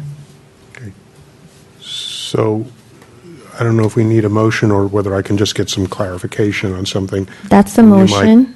Do we need a second and then clarification, or Yeah. can we have? Okay. I think that's what we would Are do. you going to leave in the circulation plan, D, and all that? Yeah, I would, because I think it needs to be addressed. I mean, we need to let city council know that there is a problem with the circulation plan as it's defined in the Little Occurrence plan. And that something needs to be done. And what they choose to do, they may say, well, that's great, you've got the circulation plan, but we want to deal with it sooner than later. I don't know. I'm going to be at that meeting. I know. We can't ignore I also wanted to say there's, that I circulation. think we should go through it. There were only that I found, perhaps I'm not doing it quickly, some recommendations that I think, one of them we've just pulled out, Right. The other one, I think you might want to also consider friendly, I know we haven't had a second yet. Yeah, That's Yeah, why that's what I was waiting. saying. Should we, Poop. I'll do a second, so you guys can start. Okay, great. So my friendly amendment suggestion would be that in the area of D on attachment A, where it says the PTC recommends using the downtown design guidelines, I think it should say the PTC recommends using the downtown design guidelines as a framework Right, exactly. I like that. for, For a specific guidelines for Loyola Corners. right. So again, rather than the section, It says that under community design and beautification, yeah, I get the that. PTC recommends using the downtown design guidelines as a basis for specific guidelines for design, for Loyola Corners, Or not as a basis, as a framework. as a framework, but framework. I like that better. Yeah, framework. So strike the word using and say No, recommend. using the downtown design Guidelines. guidelines as a framework for specific guidelines Okay. for Loyola Corners. Which means we get rid of under proposal 2, bullet number 2, we get rid of that second bullet, Yes. okay, which was basically saying the same thing, Right. or attempting to say the same thing. So will you accept that friendly amendment? Yes, I do.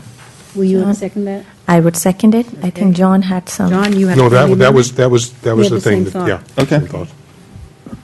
Is there any other? A word from our Yes. our esteemed Sponsor? city. Our city attorney.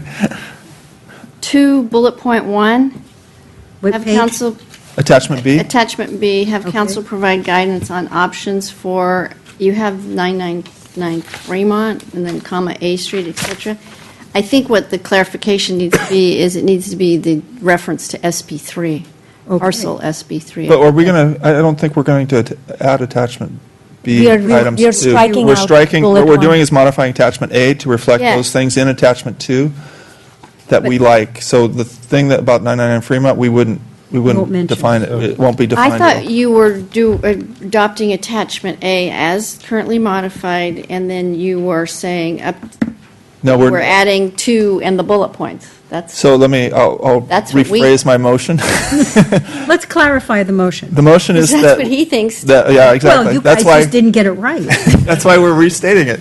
So it's to take attachment A and to change the wording subcommittee to the word committee, and that we change the last sentence of a paragraph 2, that the PTC committee recommends clarification of the item 4, 30-foot or 2-story height limit, as the words are confusing regarding defining buildings.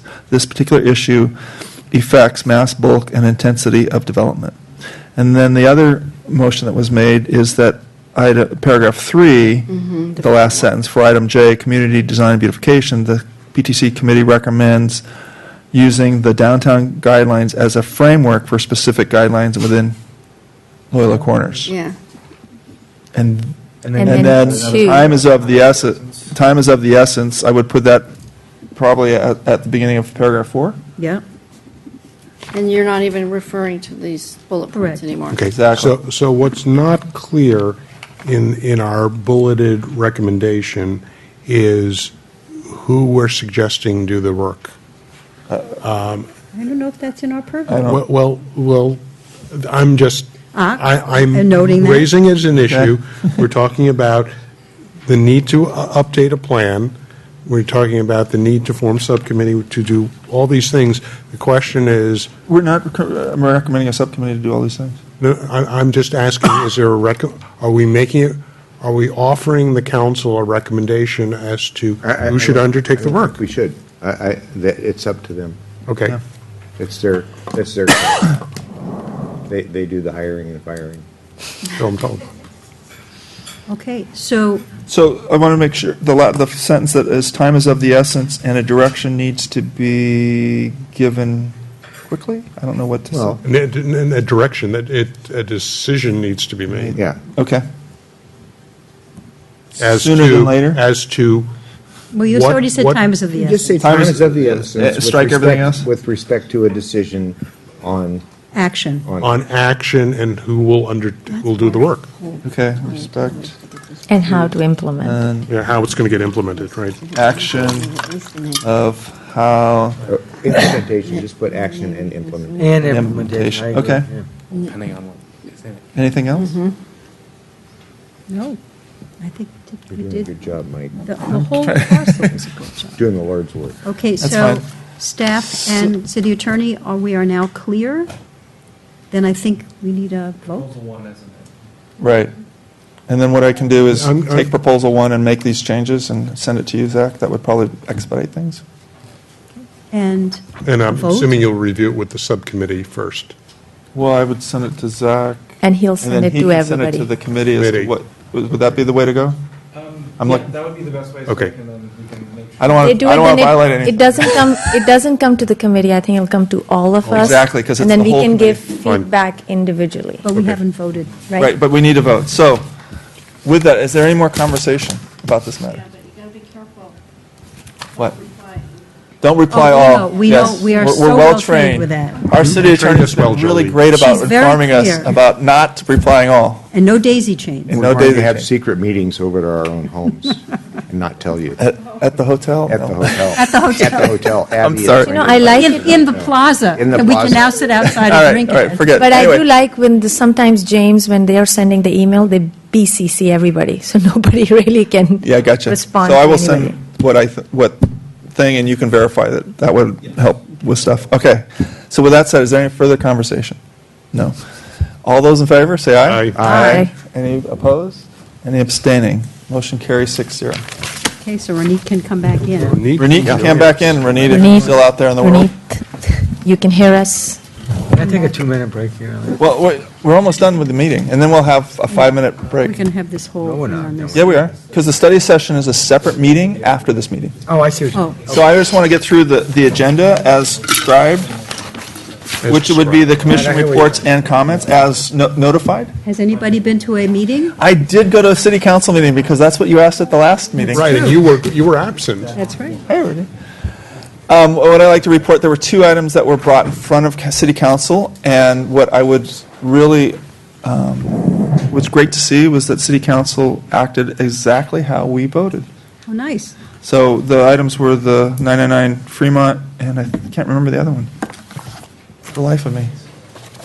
You need to take better notes. I need to take that, I had notes. Right, but Mike, There was something else that was at that, what? The draggers, and, but Mike, on 999 Fremont, and either you or Jolie may know more specifically, the basis for the denial was not the basis that we necessarily made. I don't want you guys to discuss. we're not going to discuss it because it's going to be official Okay. at the next meeting. Right. That's all. So that's all I want to say is Right. that they did When's deny denied? it, and for the basis of certain things, which Okay, I agree with.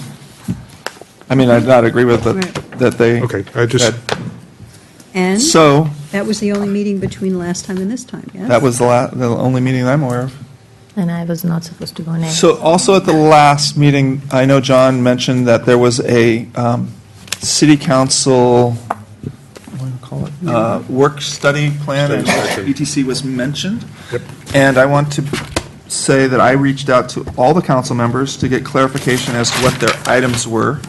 And I'd like to put on the future agenda the things that were raised by specific city council members, namely about architectural judgments, bulk and mass being more quantitative, not just feelings.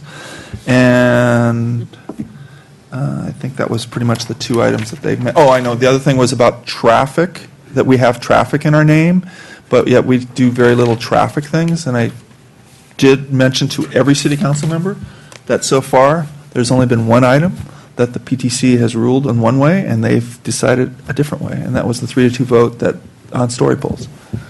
So, You talked about architectural judgment, what was the other? I'm sorry. Architectural judgment, And bulk, and mass being bulk and mass, being quantitative. being quantitative. Like, what does that mean, essentially? The other item was the traffic part of our job, and the T, and that I said, we're not responsible for the agenda per se, it's really staff that creates it. So we've mentioned before about we wanted more traffic issues, so I'd like to have a conversation about what traffic issues we'd like to have. Okay. Okay? so we're, I have one more item that I'd like to have as a potential future agenda item. was brought to my attention that the shoulder policy for streets, this is part of our T, is with a non-permeable asphalt. And what's happening is that when they lay the asphalt down in that property, the water is running into the neighbor's lot, and that something needs to be done. So I'd like to have it as a future agenda item, so the person that brought this to it's the shoulder policy. paving. What? Well, what they were bringing up was it needs to be Pervious. pervious. It needs to be pervious material, as well as maybe some area that the water can run off at the house that's having the work done, so that there was some place that it wouldn't just flow down the street. Because we're changing the landscape of Los Altos by this policy, and they'd like to have it as a future agenda item so we can talk about it. The verbosity. Exactly. Want to improve verbosity. Can I just make a point Sure. which is nothing to do with the agenda, just something that I noticed today? The schools have just opened up. Yes. And there is a project which is under construction right on San Antonio at the cross light where the high schoolers come out. Almond. At Almond? Yeah, but I don't know if anybody has noticed, there's a house which is under construction on the left side. I noticed it biking up this morning, or this afternoon. Okay, so the thing what I noticed today, which kind of was like strange, because normally when you have construction, people are putting fences. There is nothing there, and there were a lot of kids, and it was after 3, so there was no construction crew there. And right now they've deconstructed, so they have like pile of stuff there, and these kids were there. Interested. They were interested Yeah. in development So of our it's, town. I just feel that's kind of a dangerous thing. I think especially such a busy road that we should definitely at least ask that they should put a fence. It was just something I noticed, and I was like, oh my God, that's a lot of kids in a very dangerous place. It's a fun place for them, I'm sure, but it just felt dangerous, so I just wanted to bring it up. Okay. Is there anything else that anybody would like to have future agenda? With that, I will close the formal Planning and Transportation Commission meeting. We're going to take a 5-minute break, and then we will Have a study session. have a study session regarding the Acacia Place. 962 Acacia Avenue. And just for official record, I'd like to say, Malika, awesome job. I'm glad to have you. Thank you. This is my last meeting. I'm going to miss it. 5 years. It's been long with all of you, but I'm going to watch you on TV. But we will continue that conversation after the study session. I know. I have cupcakes we can have for the 5 minutes. Awesome. I mean, Jolie can't leave without giving us the chocolate. There is no chocolate. Joey, are you I going? already You should get a asked her. cupcake. Are you going? I got to give you the cupcakes before you go.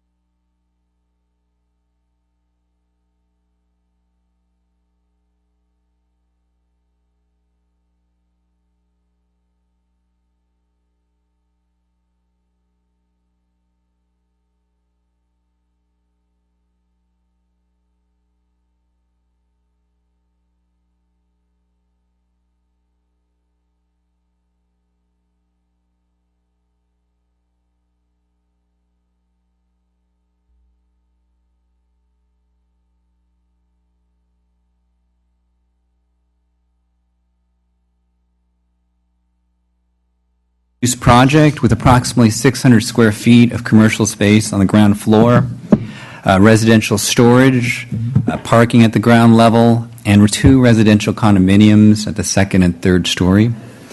The project to staff appears to be inspired by a Spanish eclectic architectural design, but is also more contemporary in styling. The building's lower first story includes the commercial entries on the street and alley, defined residential entries that lead to stairways to the residential units above, prominent storefront windows, again, residential storage and bicycle storage, and planters that provide a visual interest at the ground level. The second and third stories and provide balconies and wall articulations to add to human scale elements and to include design details that add interest.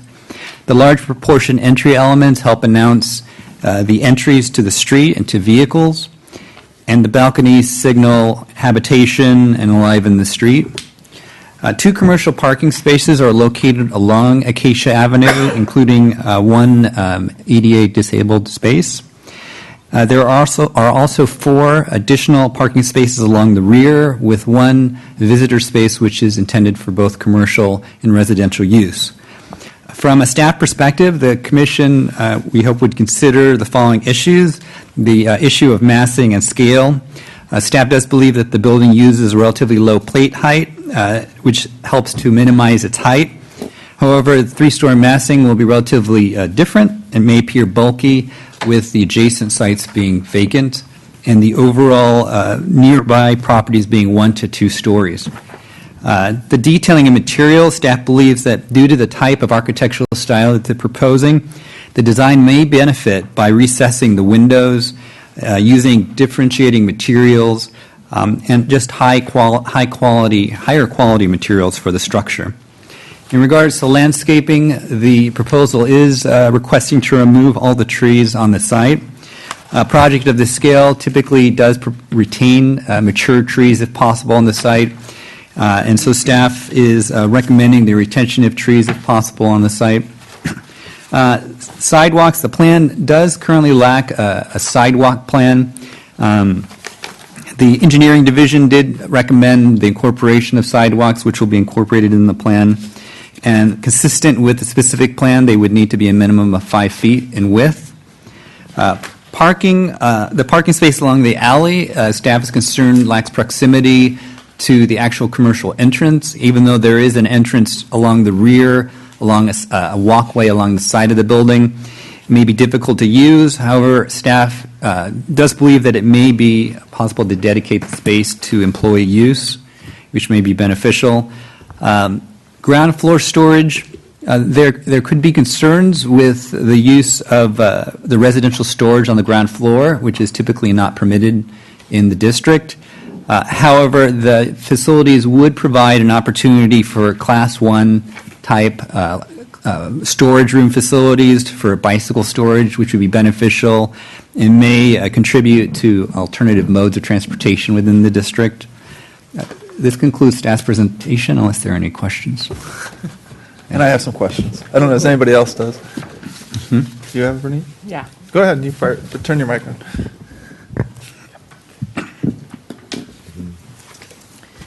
So what is, if they had 600 square foot of retail, I just have a couple questions. Do you allow the residential unit storage on the bottom floor or not? It doesn't sound like that's a decision we would be making, but rather that's the code. We either do or we don't allow it. So we have previously allowed for 895, 897, which is down the street on Sherwood. We did allow it for bicycle storage on the ground floor. They were a smaller size. They weren't as large, and so that was a concern for staff with these particular units, that they may be not just for bicycle storage, but also for personal storage, which may be a concern, since it specifically does not allow for residential use on the ground floor. Okay. And Wait, I don't understand. So you're saying because the residential storage would be of different character than bicycles, it begins to bring the use of residences to the ground floor? That was a staff concern, that it would be a personal storage use which would be for the residential units, and the concern would be that the district does not allow for residential uses on the ground floor. And residential storage is a residential use, Yes. but residential bicycle storage is not a residential use. Or is this where we get to the gray zone? Yeah, it's probably more gray. I mean, they could provide on the ground floor actual physical locker facilities that are Class 1, which would be an alternative, which provide easy access for bicycle storage for both the commercial and residential spaces, and that would be acceptable also. Okay, I'm sorry for interrupting, but I wasn't sure that the answer was clear, Ronit, but I understood what your question was. Yeah. I mean, for me, the bicycles are like cars, right? You can park a car there, so why couldn't you park a bike? Right? Anyway. Renee? What is the number, I wasn't clear here, of parking spots they're required to have? They 600 square foot of commercial space and then 2 housing units? So they are required, where are my notes, sorry?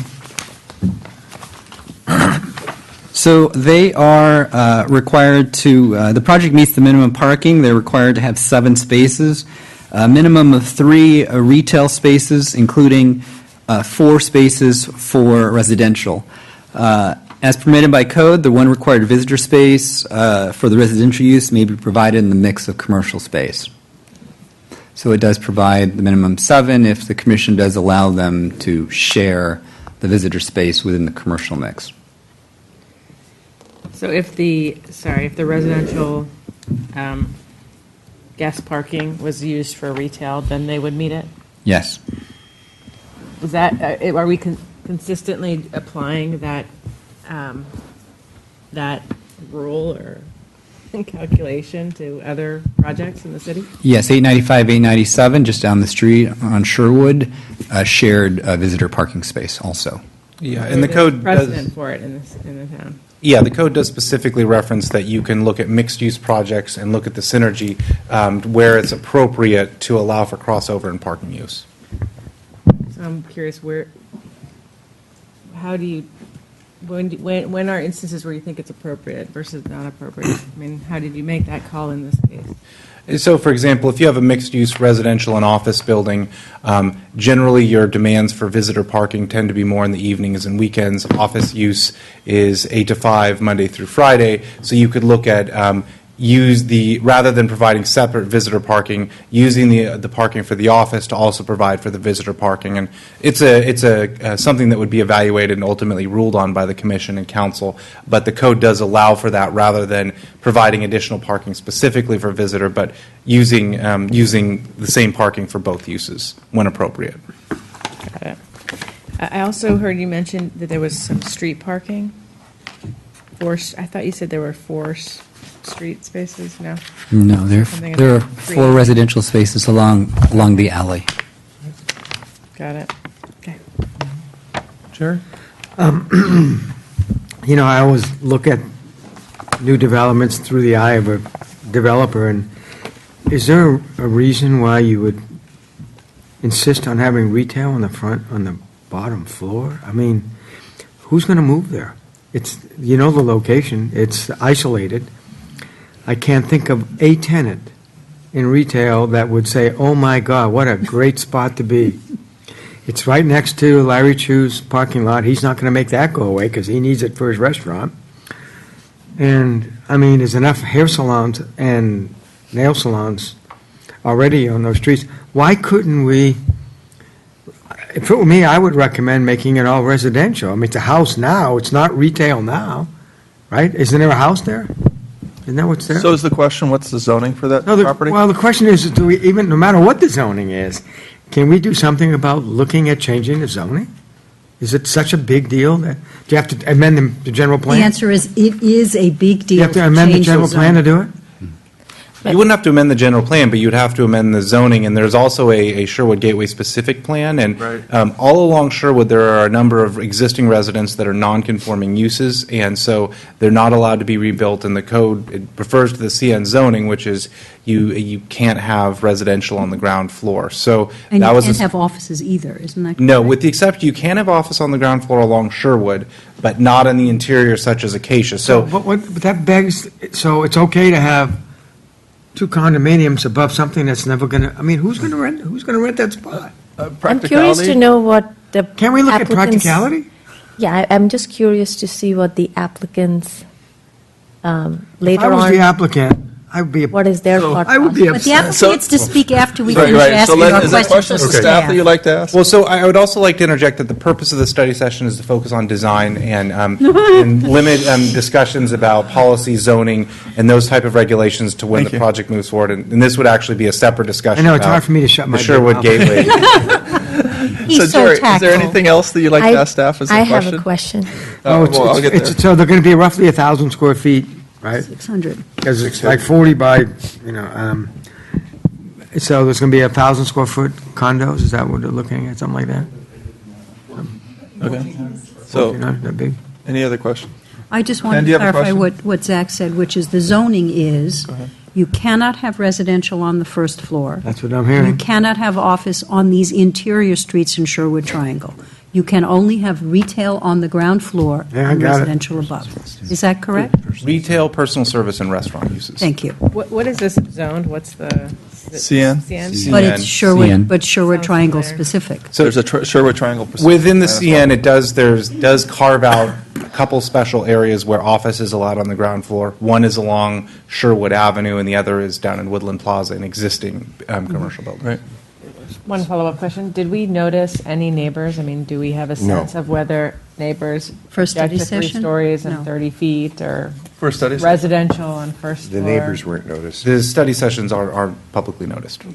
They're, I mean, the agenda is a public document. We don't send out mail notices. I only ask because if we give them a bunch of suggestions and they go forward with them, and then they show up, and all of a sudden, residents, Up in around the arms. neighborhood say, we don't want to see 3 stories on 30 feet. Well, We want them yeah. to fully park it and not count, Well, Ronnie, actually, so- there aren't a whole lot of I was residents. going to say the actually. same thing. There's- So is there's there a no last residents. question to staff? Not a lot of Staff residents. target here? Ronnie, last I understood, which was several years ago, there were only 1 or 2 property owners of majority of the property in the Sherwood Triangle. Yes. And so Very cheap. most Very of the cheap. properties you see there are rental properties. And I don't know if, staff may know if that has changed since. So is there a this was question for current staff? 3 I'd like to or kind of 4 years focus ago. the meeting that we're on, questions for staff. Okay, I have a question for There's a staff. question for staff if you need. Go ahead. Oh, John, you want to go first? Okay. No, just want to close on Runit. I think what she was talking about more was a general question that, what should be our policy. But my question is, staff, I didn't hear in the report regarding the tandem parking. Is there any thought process given here? I see from the alleyway, there's a tandem parking. Is there any feedback from staff on that? I know we've had other projects where there has been issues about the tandem parking. Tandem parking is allowed for residential. I mean, in some cases, it's been considered as an alternative for office, but in general, tandem is acceptable for parking. When you're looking at parking a single unit, allowing that is acceptable, and the code does permit it. Okay. John has Sorry, to follow up on the tandem. If the covered parking here listed is for residents, and the guest parking behind it is allowed to be used for retail customers, conceivably a retail customer could park behind a resident car, and then how would they get their car out? Isn't it 3? Didn't they say 3? In the back, there's 4 residential, and then there's 1 additional commercial space. Just offset. So it could be. Off it to the could be- side, so it's a separate space. It'd be reserved for the signed or unit. something. Correct, it'd be reserved for Yeah, this, commercial and possibly residential. So, Malka, do any more questions? no, John has. John, you're up. So we have pretty minimal setbacks on both sides. We have windows and balconies, and I'm trying to understand this project in the context of not what's there today, but what might be there in the future. And I can't tell with my bad sight what those setbacks look like on the So you're saying on the sides? Yeah, I'm just, So the CN zoning allows for no setbacks at if I'm correct. Understand, but usually when that's the case, the sides do not have windows, or they are non-functioning windows. I'm thinking back to the project we approved on Sherwood, because we had suggested putting in fake windows because there were no windows. So we have zero setback, and yet we have pretty extensive. No, but we don't have that's- zero but is setback there a on question? second floor. I guess what I see here is a concern about this design, and No, that's... but we need to clarify. It's a question of what's It's a zoning. allowed or what. But the second floor is set back Right. in. The second floor is 5 foot in where are the windows and the thing. So the question to staff is, what's the setback What are the requirements for requirements? CN? At the property line. So the applicants worked with staff and worked with the fire department to address appropriate setbacks along the sides on the second and third stories, and to make sure that there was appropriate egress from the units on the second and third floor. And if there is an addition, or if there are additional structures built on adjacent sites, that the second stories and the third stories are recessed or set back, even though the first story does have a zero setback. Okay. Okay. So is that CN throughout, I mean, is that the zoning for all CN districts? Because that's the first time I've heard that. That's why I'm asking. So the CN district has a requirement of zero setback for side property lines. For the rear property line, it is a 25-foot setback, and I believe the rear is a 20-foot setback. Okay. And they're proposing a 21-foot setback. So the requirement for second and third floors to provide access for fire department is a fire department standard? Well, It's a building code issue. It's a building code issue, and You staff can't have windows recognized that was a within 3 concern. feet of a property line, Okay. And also you need to get in. not to mention Save that. people. Okay, thanks. I just clarification. Any more questions, John? No. Phoebe? No, Or- I thought this was a terrific report, John. Is there any more? No, okay, so my questions, because I went and visited the property and I was just curious. So one is the alley that's behind this property. Is that city property? Is it something that, who maintains it, I guess was my question. So, so the city policy is that the city will take responsibility for maintenance of roadways if they meet the city's engineering standards. The alleyway is, parts of it have been built, or the entire alleyway originally was entirely built by private residences owning the property.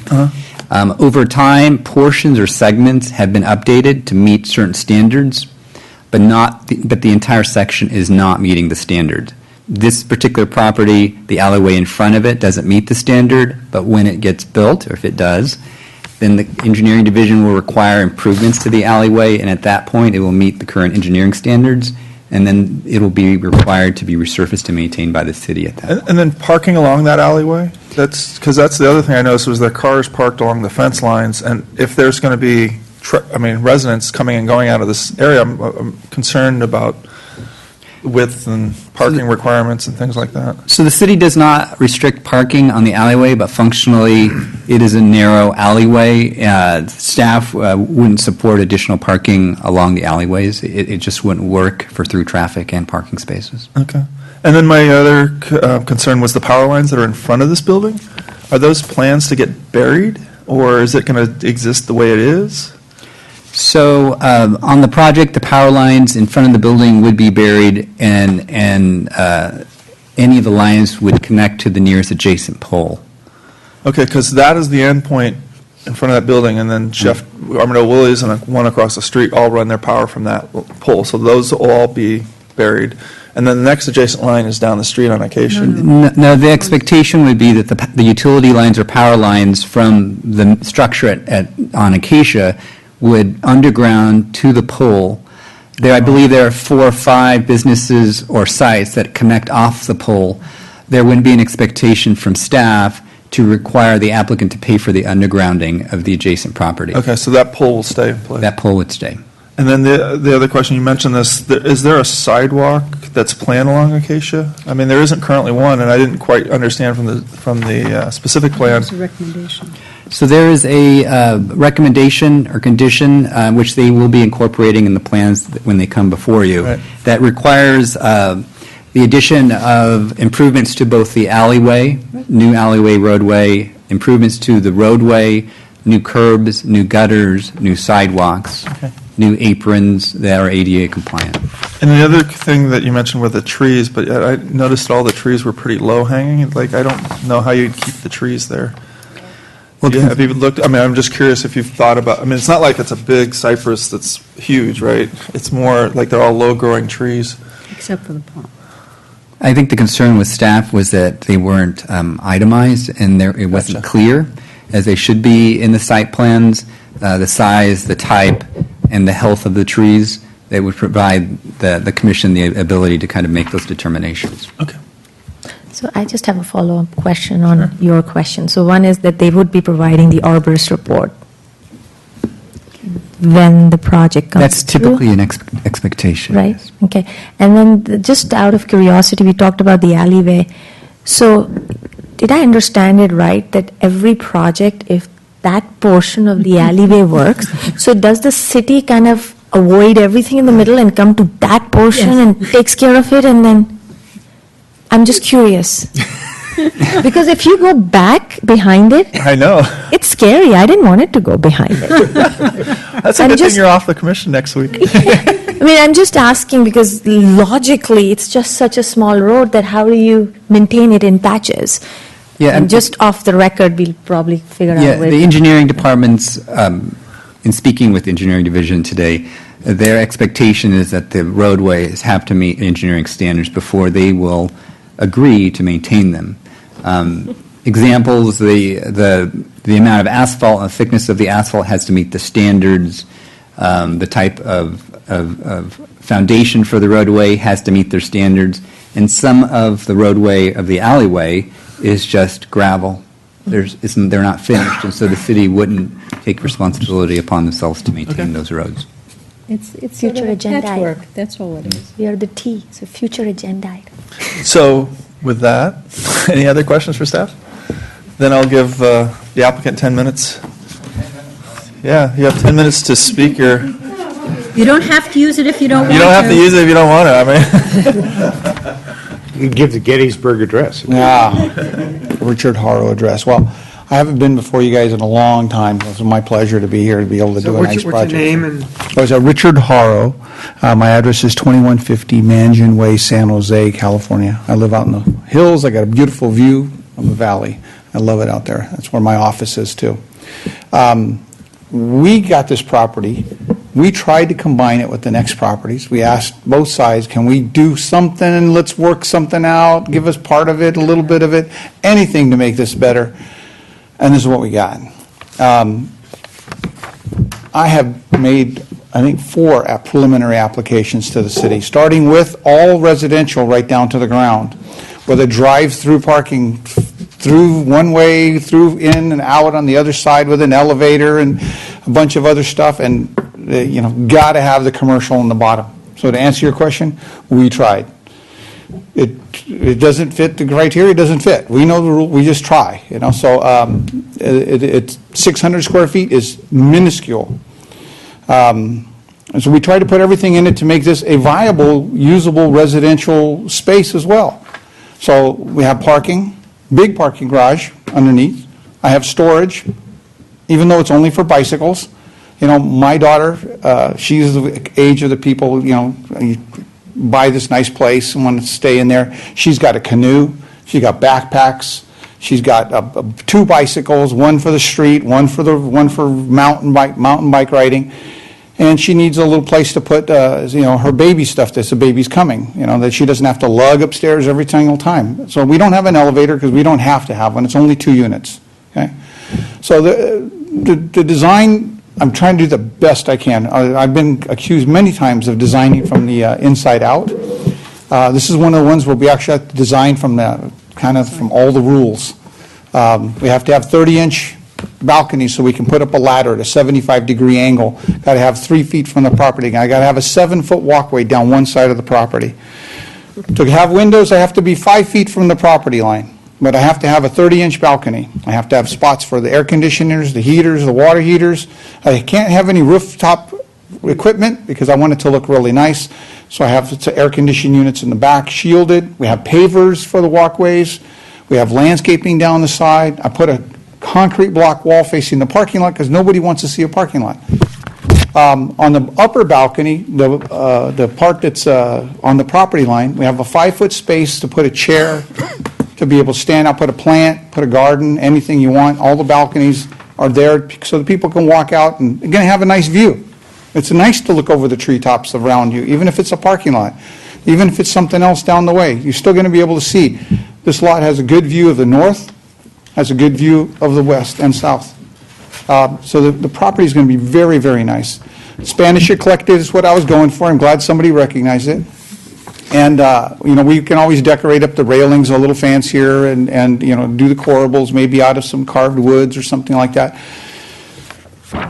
But we really want to do a nice job for this property is what we want to do. And these are the two owners, and they have backed me 100% in doing whatever I want to make it look nice. And we've been working with staff. Sean has been excellent.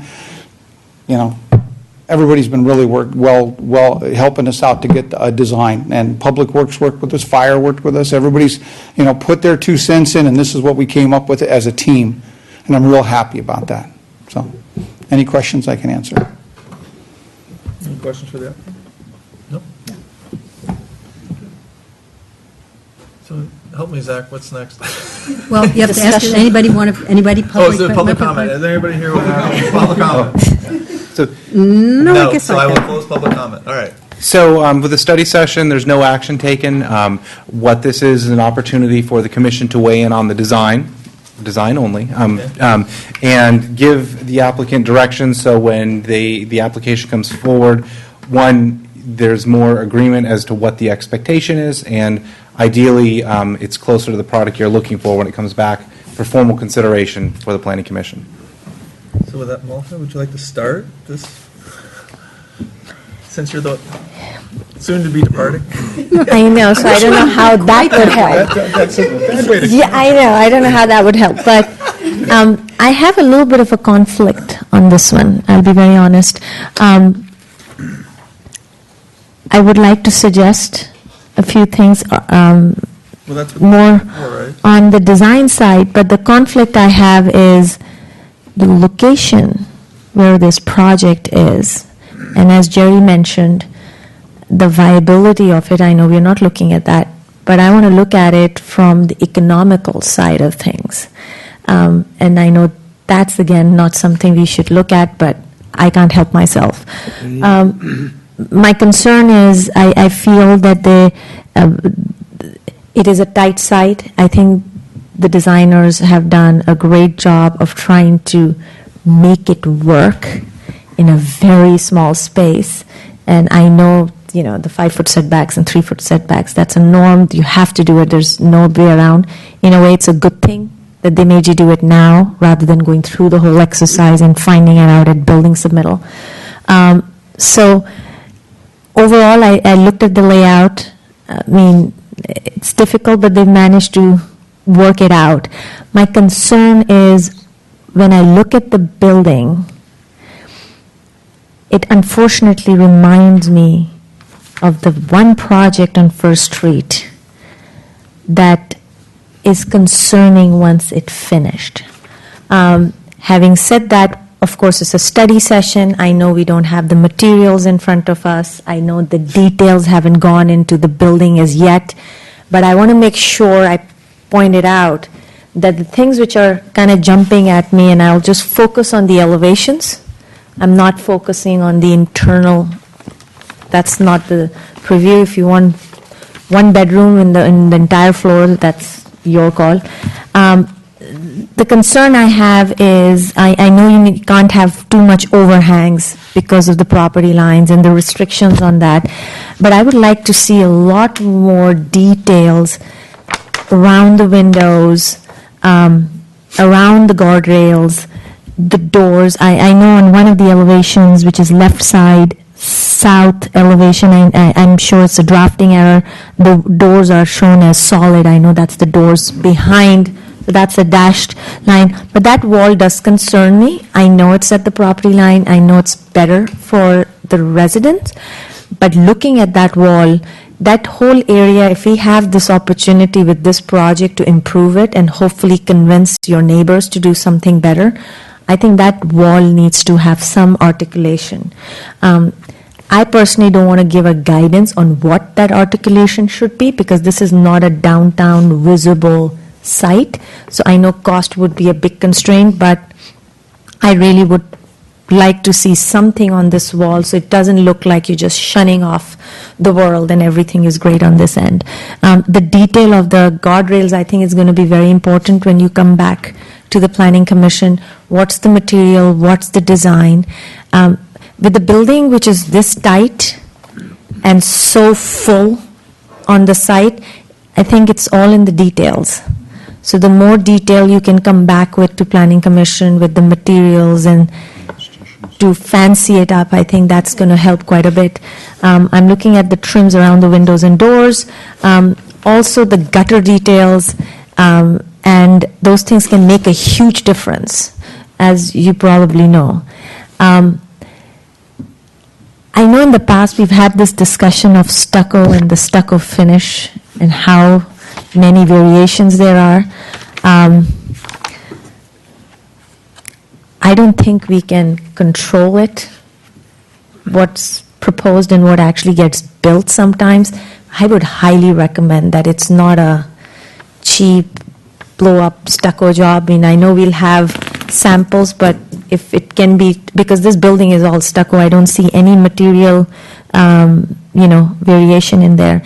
If you look at the front east elevation, and I'm going with the only one rendering view, which I wish it was in color, because the one we have is, okay, this is the one I'm, can I borrow yours? That was much. part of the package. Yeah. She's just looking at the bigger. Yeah, so my, Turn pages two back. yeah, so my concern is, I mean, if you look at this, wish it was up, but the one is this wall that I was talking about, right? So it just feels that. The other is the detail of where the color is changing from the balcony to, I'm going to go back, but there's a change in color right here, but there's no change in texture, line, or detail around that, which actually jumps out to me. Now, you do have something which is here. That's my beeping. But, I mean, I think it's important to see how you can define this. I think that just makes the... I sometimes don't like using the word bulk too much, because at a property which is this tight, it's sometimes we could, but that's what's making it very overpowering and bulky in my eyes. I think those details on how these balconies are... Yeah, we have to work on the balconies. Yeah. We have to work on it for two reasons. That open thing, we don't want balconies just falling off the building. Oh, God. Some kind of a steel frame and more ornate, but I gotta work out it. The other thing is this this little projection or big tower that we have in the back. I think you have an opportunity to really enhance this tower, right? Because unfortunately, throughout the building, nowhere else do you have too much flexibility on. I looked at the plans. If you do any recess, you basically lose most of your living space upstairs. And I'm hoping you're going to come back with details around the windows and the articulation behind. But Can be much better, yeah. Yeah, so- The problem is I have to move it in a little bit more from the property. I can't even have the overhang hanging over the side. correct. So, but I'm just saying that if I look at the overall project, not designing it here, but I'm just saying that to me seems a very nice piece that you can really use some material difference, some more variation to it to really enhance it, so that it becomes a nicer looking building. Then I just feel that it's a little too boxy. And that, if you look at the flat elevations, the balconies and everything kind of breaks it up quite a bit. And maybe a study of the tower, can it be, a little bit more detailed out? Signage, I think, is also going to be, in my eyes, a slightly bigger one, because you have such little space that signage would make a difference. I think I'll give the example of the hotel. Once it started going on as just a stucco facade, it was nice, but not as appealing. But as soon as the signage and those details started coming in, it kind of made it nicer. So for now, these are my 2 cents. Okay. John, go ahead. So a couple of comments. First, I understand this is a very difficult site, and I applaud your willingness to deal with those challenges and the lack of willingness of your neighbors to do any kind of joint development. But I'm going to give you comments that may seem a little harsh, but better you get them now than when it comes before us as a completed project. First of all, I agree with staff's comments. The only thing that I would take exception to is I think there needs to be a little more flexibility on, how we define storage in the context of this project, because it's, there's harsh reality. Nobody's going to lug their bicycle up several stories. That simply does not work. At least I'm too old and feeble to do it. Got to spend more time on materials. I'm concerned about parking. There is no parking. The place looks like that whole street is a mess. I don't know if there's anything you can do about it, but it is very, very challenging. The big issue is really design and materials. Right now, it looks more like a Motel 6 than it does like a high-end residential and, small office project. And I'm being harsh because I think there's an opportunity, if you've got that much residential space, the only way it's going to pan out is if you get a bit high enough price for it, and you got to make it look really good. My gratuitous suggestion is look at the stuff that Abigail has done, Abby Aarons. Abby takes small spaces and she makes them really elegant and gets a lot of money for them. That's her. She's very talented at doing that, and I think that's part of your challenge here. You don't have a lot of wiggle room and space. You got to get rid of the boxiness. You've got to introduce some better and high-end materials. You've got to make it feel more refined. For design, but ultimately for the value you get for what you rent out or sell. That's it. Phoebe?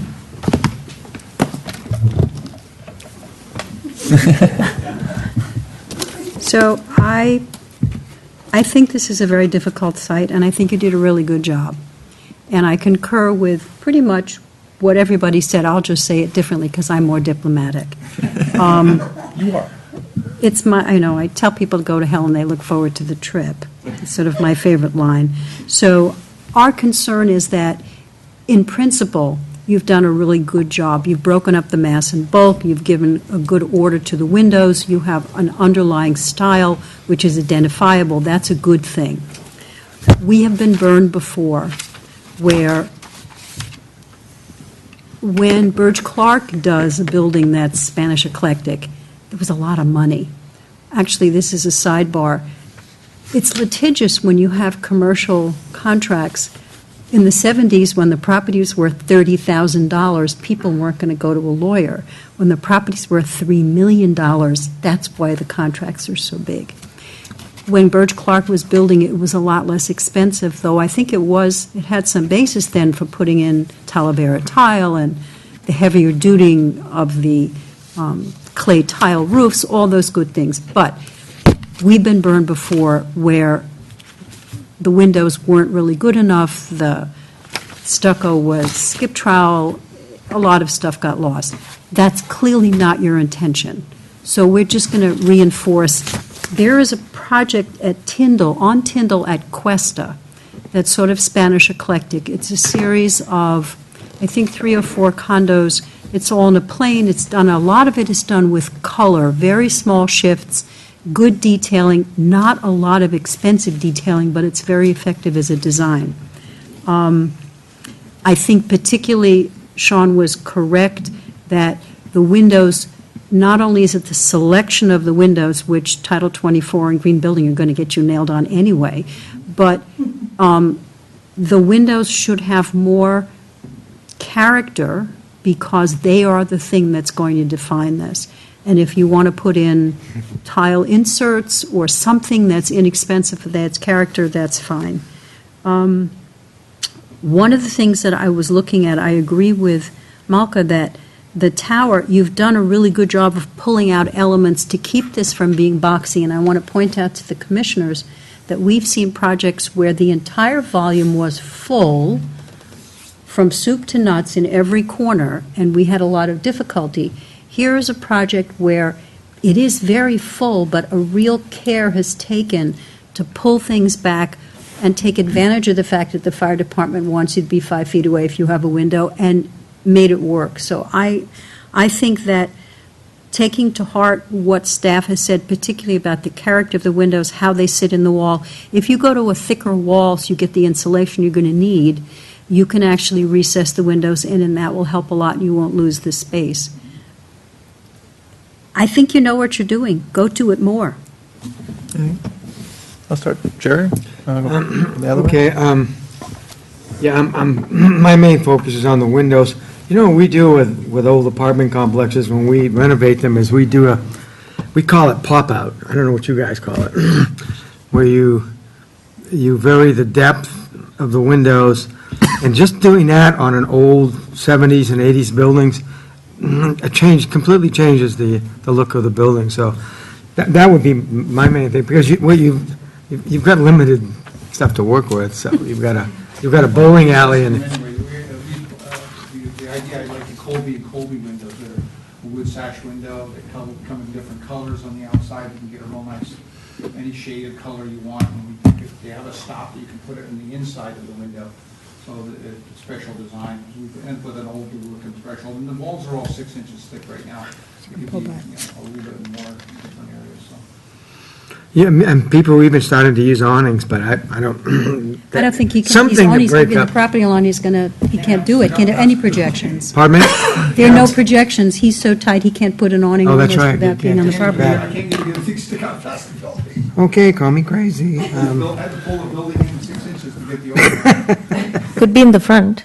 Well, that's what I would do. Otherwise, you've got, and I would vary the colors. I mean, you've got maybe you've got the trim around that separates the floors. I mean, make them different colors, do some pop-outs, and I think you'll make this a pretty good design. All right. Renee? So I concur that, I think that we are operating from, when I see Spanish Eclectic, I now think of the, project that we have, and I would actually suggest you go buy it. What we're talking about is the. First Street? Yeah, Zach or Sean. The one you don't like or the one Direct you you. like?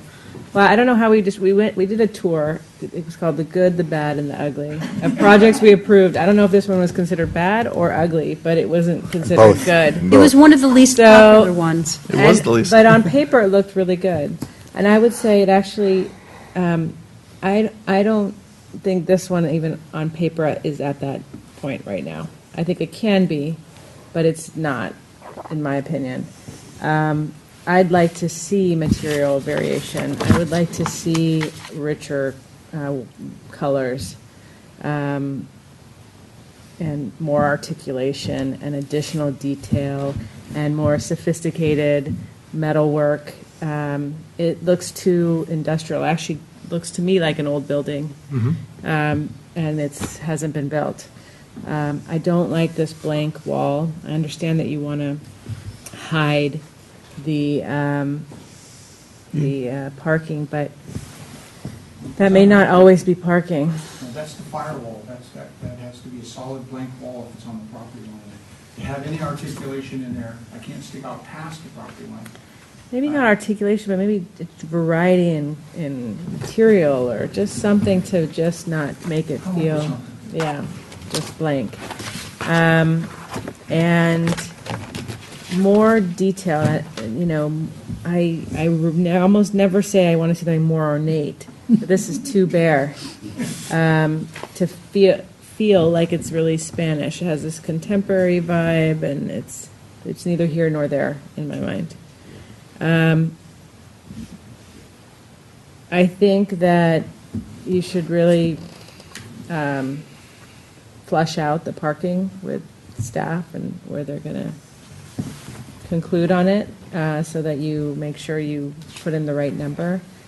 The tandem parking, if a retail person can block a homeowner, that doesn't seem like that's a real feasible solution. But, I concur that retail doesn't seem like in this little island is the. I couldn't figure, how about an ice cream store? How about a taco shop? I mean, I would go there if I could park, but it doesn't feel like there'd be parking. If you can find it. I mean, you have 2 parking spots in front of No, the I mean, like, retail. if you can find the There's only store. one is Yeah, it's You're not a parking driveway. Larry Chu's parking lot, and after a while, we have a cop out there, so, I mean, I can So one will, see I the mean, there has to be future an on this one. employee, right? Maybe they'll bike there. I'd like to see more character, and I think this, you can do better. I agree that the residential storage has to be generous if there's no elevator. And frankly, it's not like we can ask you to put more retail because you couldn't park it. So you might as well use that space for something that's beneficial to the people who are in the building. Anything else? All right, Ken. So I find this interesting in that I don't know you, but you strike me as someone who has both talent and intentions and probably a lot of experience. And I just find this to be a very plain, hardly developed at all. I mean, you tried to meet a whole slew of requirements, which you did very admirably in a very difficult location. But the level of, for lack of a better word, architectural integrity and detailing and so forth, my guess, not knowing you, is that you can do a hell of a lot better than this. I think this could be an interesting building. The improvement in the detail, improvement in the quality of some of the materials, colors, changing some of the surfaces to maybe not necessarily articulate them, but changing the textures. I didn't quite understand your comment about the roof overhang. The roof overhangs are so. Oh, okay. Are so slight that I think it makes the building look, to me, it looks odd. I kind of agree with Jerry that this is going to be a strange location for retail, but if there's someone has a secret sauce restaurant that, or it's an adjunct to Chef Chu's, he has only special Chinese food there that you can't get at regular Chef Chu's or Armadillo Willie's or something, then it'll be very popular. And it is Maybe that becomes a takeout. yeah, right. It's Chef Chu's Takeout. I had a hell of a time finding the place. And plus, I had an entire slew of Chinese chefs with white outfits and red bandanas watching me drive up and down the street, wondering what in the hell I was doing.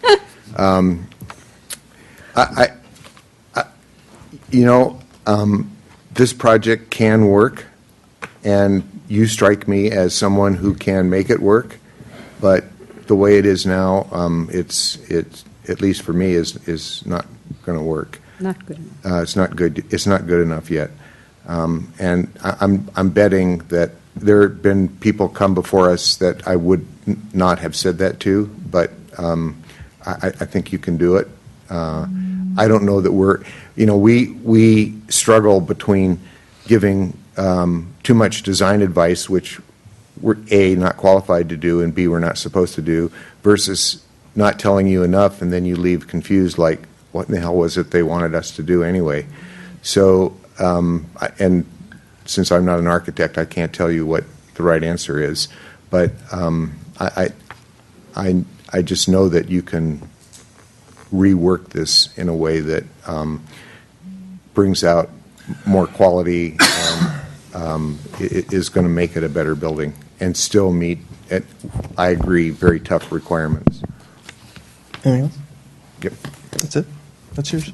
Oh, they're not. These. Oh, sorry. These are. So I'm going to re-echo essentially what my fellow commissioners said. I'd like to, I happen to live in that area, so I looked at your space a lot.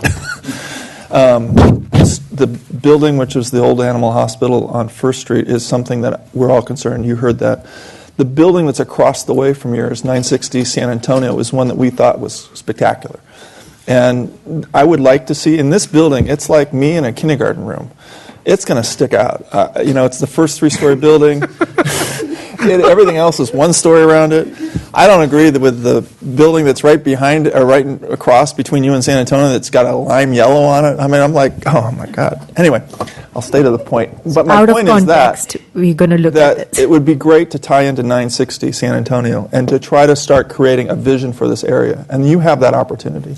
And I think that it could look that way. One of the things that I would like to see is the photo simulation from the Arco station, looking at Esther's Bakery and what your building's going to be behind that, because that's the view everybody's going to see. And when we talk about the definition of material and things like that, it's looking at that building and saying, wow, that's like the Packard building. We really jump out and think, this is a really monument in that area. And I think that you can create that building that essentially, when we talk about any other building going on in Sherwood Plaza, we're going to say, look at 962 Acacia Avenue. That's the way we want things, right? I think the other challenge with this building is that there are two parking lots to the left and right of you. And unfortunately, at some point, I have this feeling that it's going to get built. There's not a tree there. Not even a tree. I know. Yeah. Well, you have ample of parking. I don't think you could build, because I'm sure They're not parking going to. requirements. parking requirements for the. Yeah, but you could park on the bottom. Well, who knows? Anyway, but my point is that I kind of looked at it as like, if another building went next to this, how's the person going to look out the window? Or how's this, I understand the why you've got it built today, but my thought was that when you look at the elevation that's towards San Antonio, that it be really definite that that's where, if a building was to the left and right of me and I lived there, I'd be going out that door to look at the neighborhood and towards San Antonio, and there's really not a space for me to do that. And whether that's the balcony or however you want to deal with it, I just look at it. But the material, I think it's been re-echoed. I'd like to see contrast a lot more than what's there. And I think that's about all I had. Mike, can I just make a What? No, go ahead. Please. Sure. Oh, I do have one comment before I turn my, and that is Chapter 5, the exterior walls in the Sherwood Plaza specific plan. Talks about what I feel what's wrong is that it's too box-like. It just has that. It needs to have more. You've got it great on one side, but the other side just doesn't look that way. Go ahead. So one of the things that we've really, or at least, let's see, maybe not we, just me, have become totally neurotic about is photorealistic simulation of what the building's going to look like. And I think it's incumbent on all architectural firms, whether you work at your home in the hills of East San Jose or you work for a big architectural firm, that we now, I personally won't vote for a building that I can't see the photorealistic simulation. And the example, and Zach probably knows the address, it's the one that's right on the corner of Sherwood and El Camino. What? San Antonio. E95, 897 North San Antonio, the corner of Sherwood and San Antonio.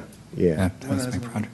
It hasn't been built yet, but it has an absolutely dynamite photorealistic simulation. I mean, you look at the pictures of it, you could swear that that was a real building. I mean, it's extremely well done. And I think at some point when this gets submitted, you're going to need, well, at least for me anyway, you're going to need that.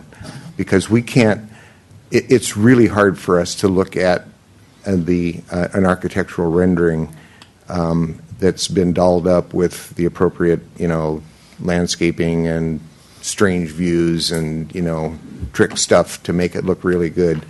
It's really hard to cheat on the photorealistic simulations, and they just really tell the story.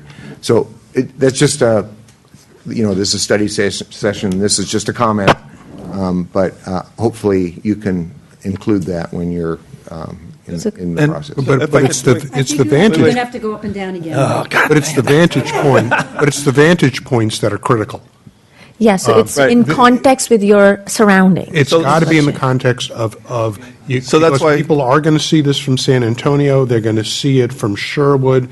They're going to see it from Acacia. They're going to see it from El Camino. We're not trying to make you model the world. Well, on the other hand, you've got to be sensitive to the fact that it's not just looking at what the building looks like here. It's really what it's going to look like in the context of the neighborhood. So one of my comments, I know, and correct me if I'm wrong, Zach, but this will be one of the projects that will require story poles to go up. Oh, Lord have mercy on us. And so the more that you have, like, from the San Antonio, El Camino side, looking at Chef Chu's at your building, because all those people are going to see this orange thing go up and go, oh my God, what's happening? The better off they're going to have an idea of an understanding of, oh, that's not so bad. But this is going to be the first project that I'm aware of that's going to have story poles, and I'm just, I don't. Waiting for it, aren't you? Just I'm waiting for the conversation to happen about how this building and who shows up because of that. So I have. Anyway, go ahead, Sorry, Malika. Phoebe, go ahead. We'll go. Go ahead. I was trying to think, so I was thinking of other places where, thank you. There's a building at the corner of First and Edith. That's a small Spanish eclectic building, also commercial. I was trying to think of examples as opposed to saying, don't do it like this one. I would like to give you more positive ones. There's that project on Tyndall.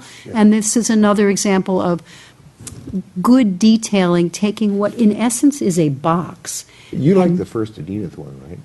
Yes, I do. Yeah, okay. That's what I'm saying is, that's an example of it is a box. It is unarticulated, it is a box, and it works stylistically. So that might be another guiding point for you.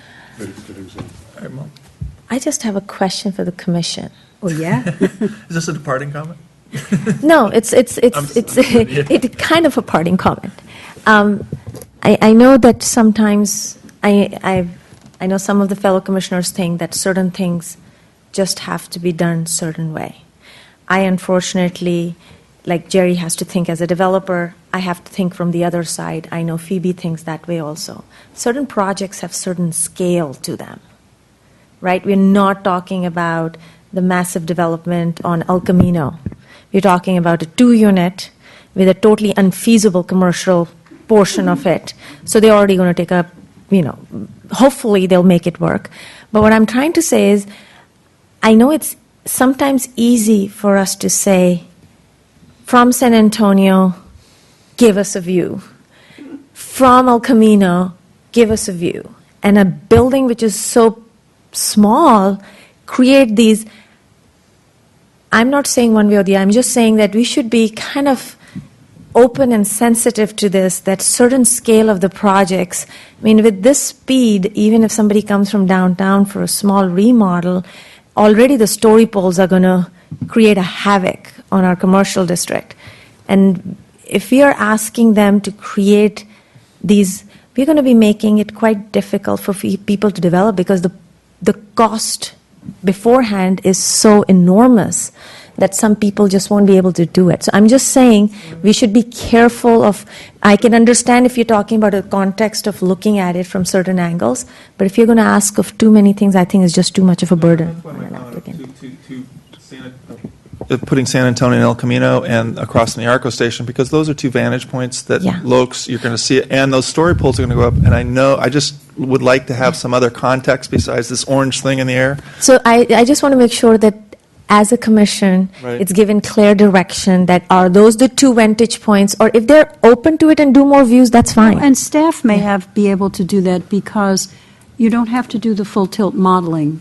You can do it as a frame model, and then you can say, look, from here, you're only going to see this much. Right. And Is that's- that an important view? And then do a Sean will photo tell- rendering of something which you Right. actually see the whole thing. And that's why I said, be thoughtful as to where The vantage the vantage points, points. exactly. I'm not suggesting all of the vantage points, but you got to figure just out wanted to where the vantage points Yeah, no, I are hear that The hot people- button ones. The hot button ones, because clearly on a project like this, you cannot afford, nor do you want them to be doing it from every possible angle, but there are certain views that everybody is going to see. There's one view on San Antonio Yes. that's going to really help people understand what the building is. There's one problem, there may or may not be a view from El Camino.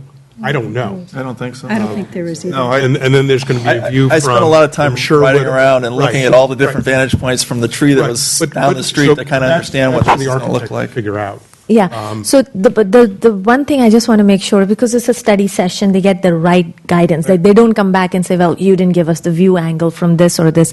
The other thing is just a suggestion. It has happened in a lot of cities.